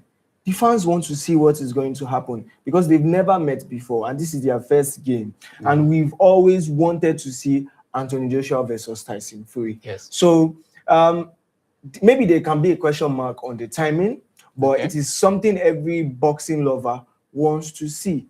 And I cannot even wait for them to both step their feet into the ring and and, So for you, to prove, like I said earlier. really? So yes, if you want to make a statement in boxing, winning a fight against Tyson Fury is a perfect opportunity for you to make that statement. My next question was going to be, what does Anthony Joshua still has to prove at this point of his career? He has been the world champion for 2 or 3 times but he now. lost twice against Usyk. Underwhelming performance. I mean, the guy beat Anthony Joshua to a pulp, like he was a little kid. So if you want to like make a statement, you have to beat somebody like Tyson Fury for you to get a shot back to Usyk. Now, so if you are a world champion, you're a world champion today, you could lose the title, and he has lost the title. And it's not even just about the bet anymore. It's about a comeback, making a statement like I said earlier on. So he has to make that statement, because if you're at the top, you don't lose in that kind of manner, which he did. So honestly, I'm going to say that Anthony Joshua still has a lot to prove. Like I said, he has not shown us the aggressive part. He has not shown that he really wants it. And this fight against Tyson Fury is that perfect opportunity. So I'm just going to leave it at that. He has a lot to prove. Stephen, does he? Honestly, if I'm recovering from that kind of pain, I feel like before I have something to prove, I have something to prove to myself. I really need that my recovery phase. Recovery phase is not a day journey, it's not a year journey. For that kind of scenario that happens to Anthony Joshua, it needs a lot of time to heal. You can prove anything at any time. You don't need a substantial time to prove anything. If it's coming to prove to the fans now, I feel like it's overwhelming himself, because I feel like if you take in fan criticism as an athlete and you start using it against your own will, it's going to affect your career. Fan criticism is very, very important for self-development, not for career damage. So I feel like he's trying to this sudden fight can damage his career for him right now, because the guy he's facing is a big deal. Well, boxing is a win-win game. Let me just leave it like that. You win, you lose, you get something from. So Stephen, for you, he has nothing to prove. He has nothing to prove. He has his name. He has everything to prove. Everything to prove. Yes. Wow. Okay, so Joshua's comeback has raised a lot of questions about his future in recent times in social media. What do you think about that? His future? Do you think he still has years in the game, or he just have like maybe the fight against Tyson Fury and he'll probably be done with boxing? There are certain things about it. Okay. There are certain things, and then he still has a lot of way to go. So me, I just say like, whether he wins or not in this coming encounter, okay, there's still a lot to be written about Anthony Joshua's encounter and career rather. Okay, Stephen, you still think in his future he has more years, or we just see him fight Tyson Fury, maybe 1 or 2 more matches, and he retires? I feel like for me, maybe after his fights with Tyson Fury, I feel like he can give it another break. Okay. He should give it another break, because honestly, I feel like the pain he's feeling is what he's using to vent his anger right now. And I feel like where he's venting his anger from is from people's critics, what people are saying. And if you're a fan of listening to people's critics, people's opinion, what people are saying to prove a point, I feel like you're just putting yourself up for drugs. But if you're the type of person that would take in you use whatever you have, like your hard work, your ability, he's a strong fighter. I'm not going to lie. But if I face people's critics and say, okay, because of people's critics, this is why I'm doing this. Nah, I don't see it like that. Okay. I see it as you challenging yourself. He's the only person that can challenge himself to go and win that fight, not people's critics. So for you, he still has a lot He to still offer has a in the lot to future. All right, okay. So we are glad he's back on the I'm glad boxing he's ring, back, and we are honestly. expecting a lot from him. Let's quickly move on to the transfer market now. For today, we will be talking about the Ivorian sensation Ian Diamonde, who has been heavily linked with a move to Real Madrid. Let's not start from the player side. Let's start from the controversy that has been going on in the social media world. We've seen journalists like Fabrizio Romano being dragged for the way he came out to announce this deal. Fabrizio Romano came out and posted a year we go. And we all know in the world of sport, once Fabrizio posts a year we go, it simply means a deal has been struck. But we've now seen other journalists, sports journalists, come out to say, oh, an agreement has not yet been reached with Real Madrid. What are your opinions about these controversies and everything that has been happening with this deal? Well, when the transfer market started, there's this sensation in social media. There's this urge from fans to follow updates from sporting journalists like Fabrizio Romano, David Oistin, and the likes. So if you look at the transfer stories and the major headlines, the breaking news has been coming from David Oistin, Ben Jacobs, and the likes here. So I felt that Fabrizio Romano was trying to get his own exclusive story too. He was trying to break the news that there's an agreement between RB Leipzig and Real Madrid. And that is not the case, because up to this very moment, there is no clear agreement between RB Leipzig and Real Madrid. So he was just, that's speculative journalism, I'll just put it like that, because you cannot report what has been agreed when in actuality, the deal hasn't been agreed. Yeah, so. Stephen, I know you are a very big fan of Fabrizio. What do you make of this? We'll say a blunder because it's actually a blunder. What do you make of this blunder he has made? Yeah, I'm a fan of Fabrizio. I'm also a fan of Real Madrid, but honestly, it happened. Two clubs are meeting to seal off a deal. Journalists are everywhere. Everybody wants to pick the top story. Everybody wants to know. Everybody wants to be the first person to post the main story. You pick the top story, you post the main story. So I feel like for Fabrizio, he believed, or based on his tweet, he said he knows and he believes that it has happened back door. The deal has been sealed. It's left for Leipzig to release Diomande to travel to Madrid for his medicals. So I feel for the controversies, a lot of journalists will talk. That's why we call it journalism. We have different journalists, different perspective. Coming from Fabrizio's perspective, he was the first person to drop the deal with the year we go, and all of us just even me, I had to bookmark it that yes, this is it. And then the other guy, wasn't it Florian Petersburg, came and said, he now countered that tweet and said, Fabrizio just wanted to prove a point. He wanted to be the first person to take the spotlight. Yeah. So for me, if the deal happens or the deal doesn't happen, it's journalism. All stories can be clear but not true. So we have to be very, very factual where we get our facts from. Well, let's quickly move away from the controversy surrounding the story and talk about the player himself. Okay. This is a player that wasn't anywhere in the limelight 2 years ago. Yeah. 2 years back, he was playing, I think, in the Spanish second division. Yes, Spanish second division. He made his move to Leipzig just last year. Yeah. Played very well for them. Also played very well at the just concluded FIFA World Cup.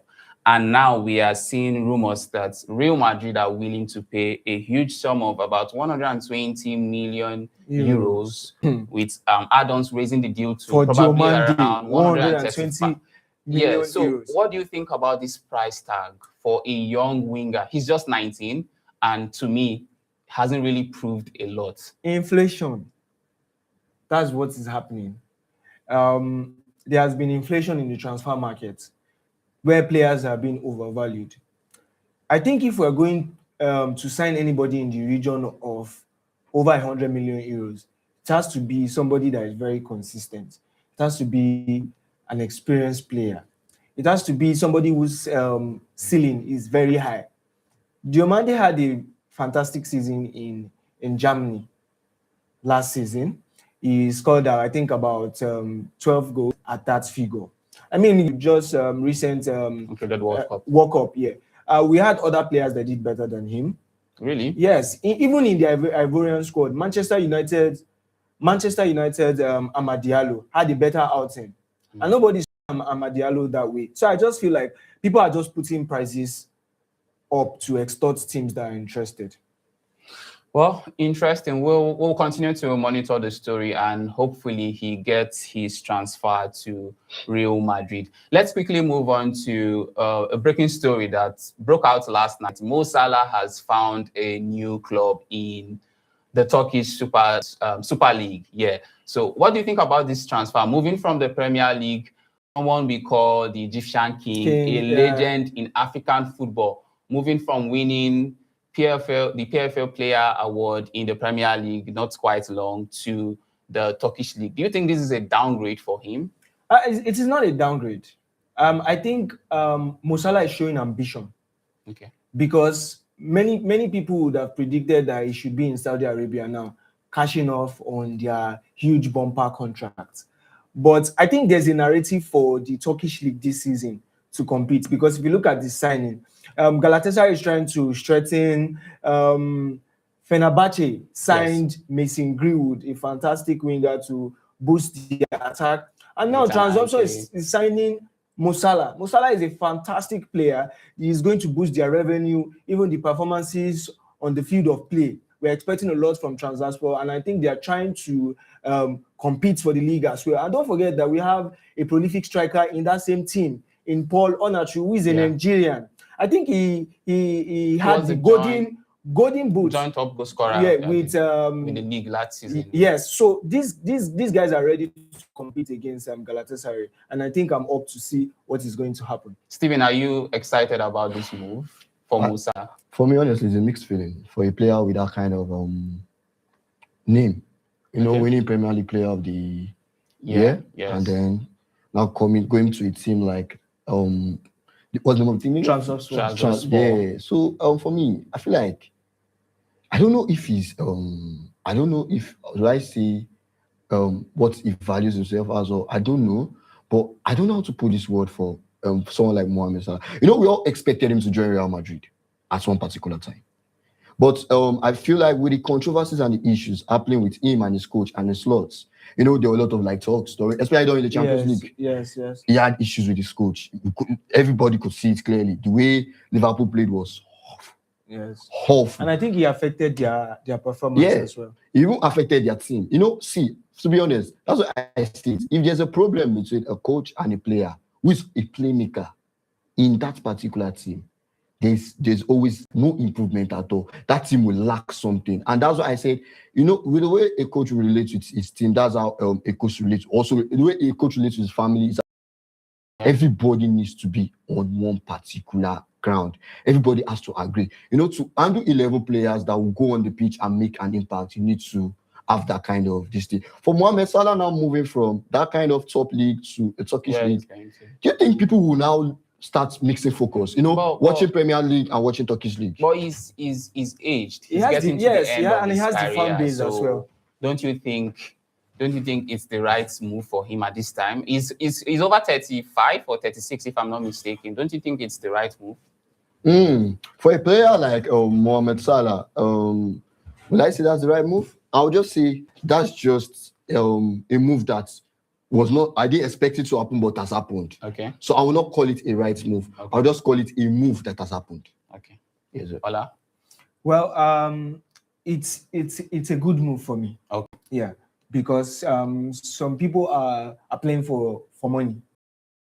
To be earning a very huge paycheck. Yes, but you cannot compare it to what he would have been offered in Saudi. True. Yes. So I feel like he still has a point to make, and he might still even make European impressions, even at that age. So I think that's one of the factors that he considered before he accepted the contract from Trabzonspor. Well, you have something to say? Funny how I saw this news and then I saw a video of him doing his vacation in Greece. I was like, wow.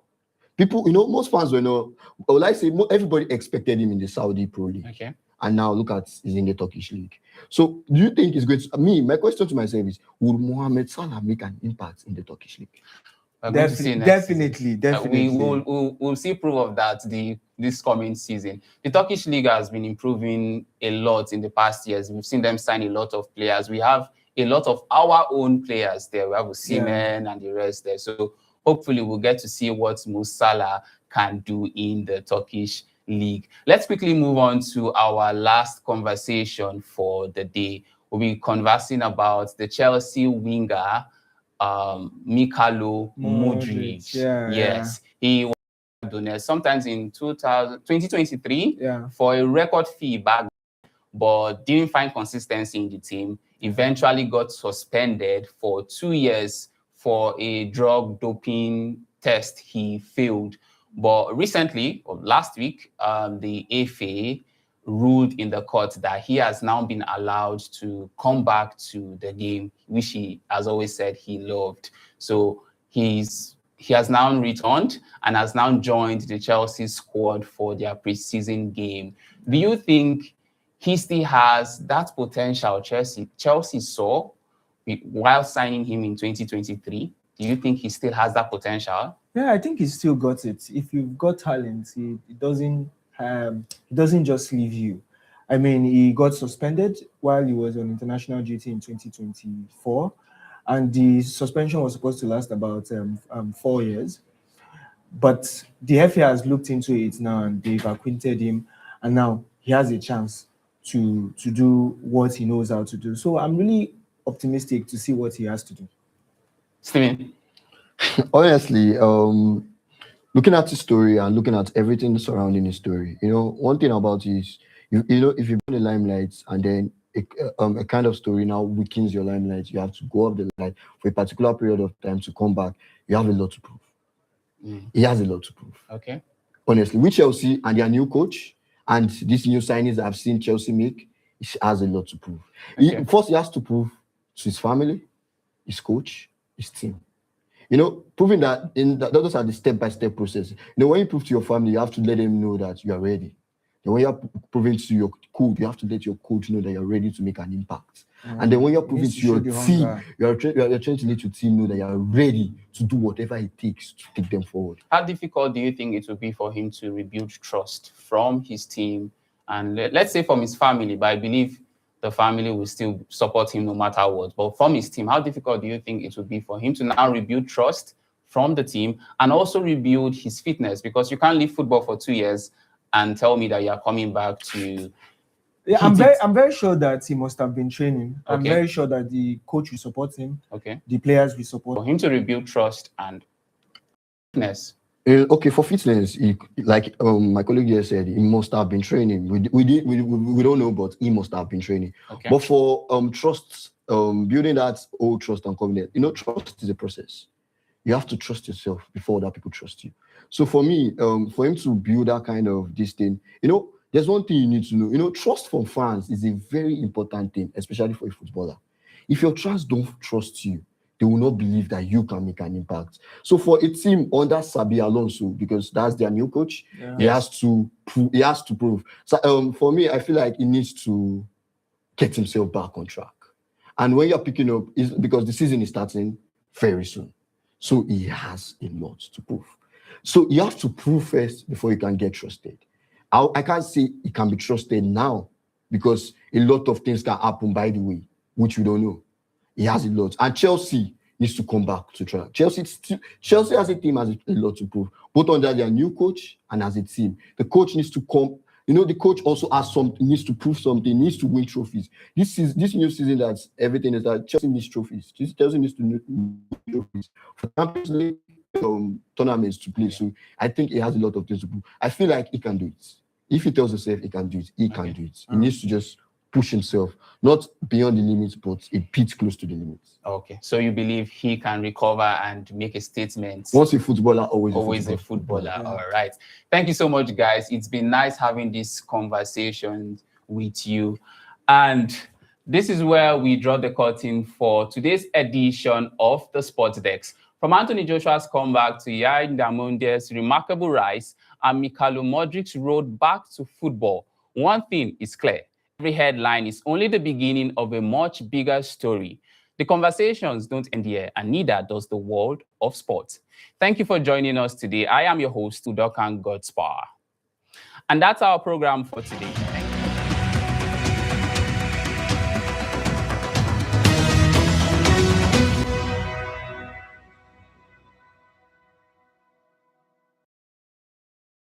In the heart of Kermajiji lives a community often seen but rarely heard. A community defined not by disability, but by resilience. These are men and women who wake up every day determined to survive, to belong, and to be recognized as citizens of their own country. For many people with special needs, survival is not just about food or shelter. It is about security. It is about dignity. And most importantly, it is about the right to exist without fear. Kermajiji became a place of refuge for people with visual impairment and physical disabilities, individuals who had nowhere else to go.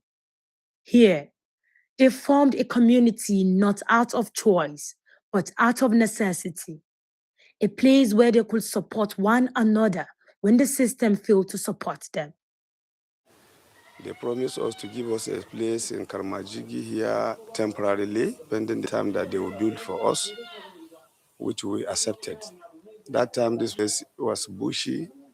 It's a village whereby you can even meet with hyena when you want to go to somewhere. The land is for the army. So we don't have our own personal land that we are living. It's a temporary. So we need the government, place government to assist us so that to have our own personally. We have been living in this area since the time of Nasir el-Rufai. God willing, you will understand how difficult life is when you see that some of the people who helped build this place have now passed away. May Allah forgive them. In the end, everyone has their own time, and we are also just waiting for ours. Despite years of building their lives here, the land they stand on does not belong to them. At any moment, they could be asked to leave. No notice, no alternative, no certainty. For a community already facing physical and social barriers, displacement is more than relocation. It is the loss of safety, stability, and hope. Wannan unguwa an ba mu ne da cewar gwamnati ta ba mu. To amma the place where we are living now was given to us, but only for a short time. Something that is given to you can be taken back at any time because it does not truly belong to you.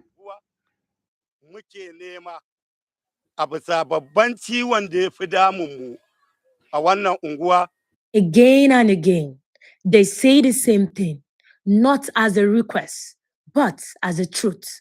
They are human beings, they are citizens, and they deserve the same right as everyone else. Do Allah, ya duba Allah, ya duba halin da muke ciki. Mu ma ai mana mahallin nan, ai mana gidaje, inda zamu tsuguna da mu da ƴaƴanmu da.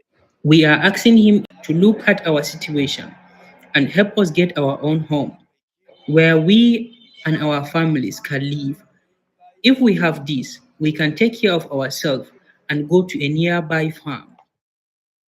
In kai ka kai kasuwa akwai wanda zai bincika ya ce wannan kiwon makaho ne don haka ba zan saya ba? Mafi yawancinmu wannan barar da ake magana bara.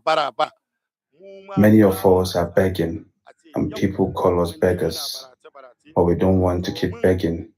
I don't want to raise my hand to beg. I also want to be able to give others. I also want to be able to give to others.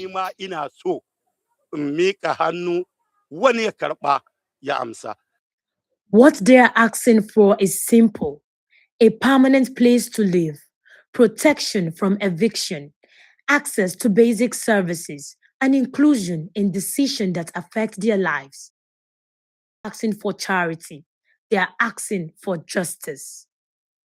The serious challenges we are facing in this community is how do we be empowered? Not to just give us fish and go. How do we get trade? We have some people in welding, we have some people in tailoring, we have some people in fish farm, poultry keeping, and also computer literate. We are now even trying to establish musicians and Also to see how some of our children can be trained into solar energy power establishment, and also to see how this aluminum glass should be being trained to our children and people with disability. We want to depend on ourselves. We want to become an independent, not depending on somebody. We want to see ourselves going further, not going back. Now we have something to do. We want our brothers to be like us. May they have something to do like us. Together with them. And we have many business. They are not like begging. And we are enjoying our life. But we want to all of us to be business people or handwork or back to school. Because we want our life to be better, more than how you people are. We are citizens just like everyone else. They were elected by the people, and we are part of those people. Our children will vote, and we will also vote. We have rights just like everyone else. If they can support at least 150 people out of the 500 people living here with 500,000 naira each, I believe we can help take care of the remaining 350 people ourselves. As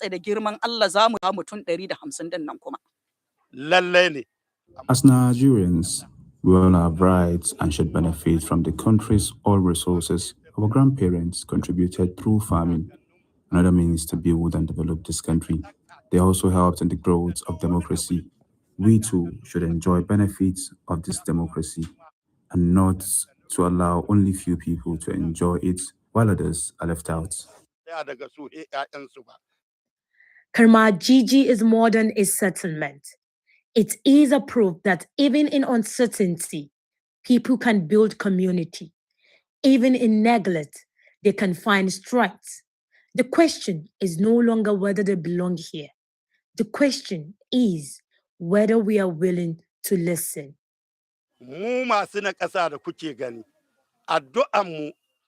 Our prayer are answered prayers. Honestly, when we say, may Allah reward you with goodness, Allah will truly reward you with goodness. And what keeps surprising me is the government. Whenever this joint task force is formed, sadly, it is the blind, the disabled, the crippled, the beggar with a broken back. They keep chasing and arresting, whether there is a reason or no reason at all.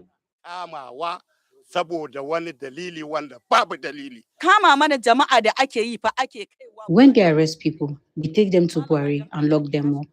Madam, please come with us to Buhari to see the conditions poor people are living in. Is this person not also a citizen of this country? This is where he was born and raised. In one small room, they put about 30 to 50 people together. They give them only a bucket, about 25 liters, and then place it in the middle. If someone wants to urinate, they have to use that bucket. If someone wants to defecate, they also have to use the same bucket in front of everyone.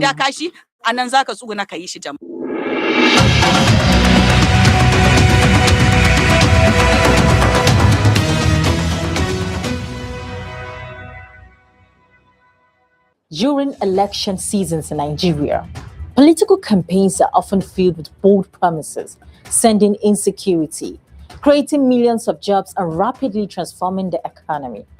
However, many of these pledges lack clear policy frameworks, timelines, or clear funding plans. Over the years, such promises have struggled to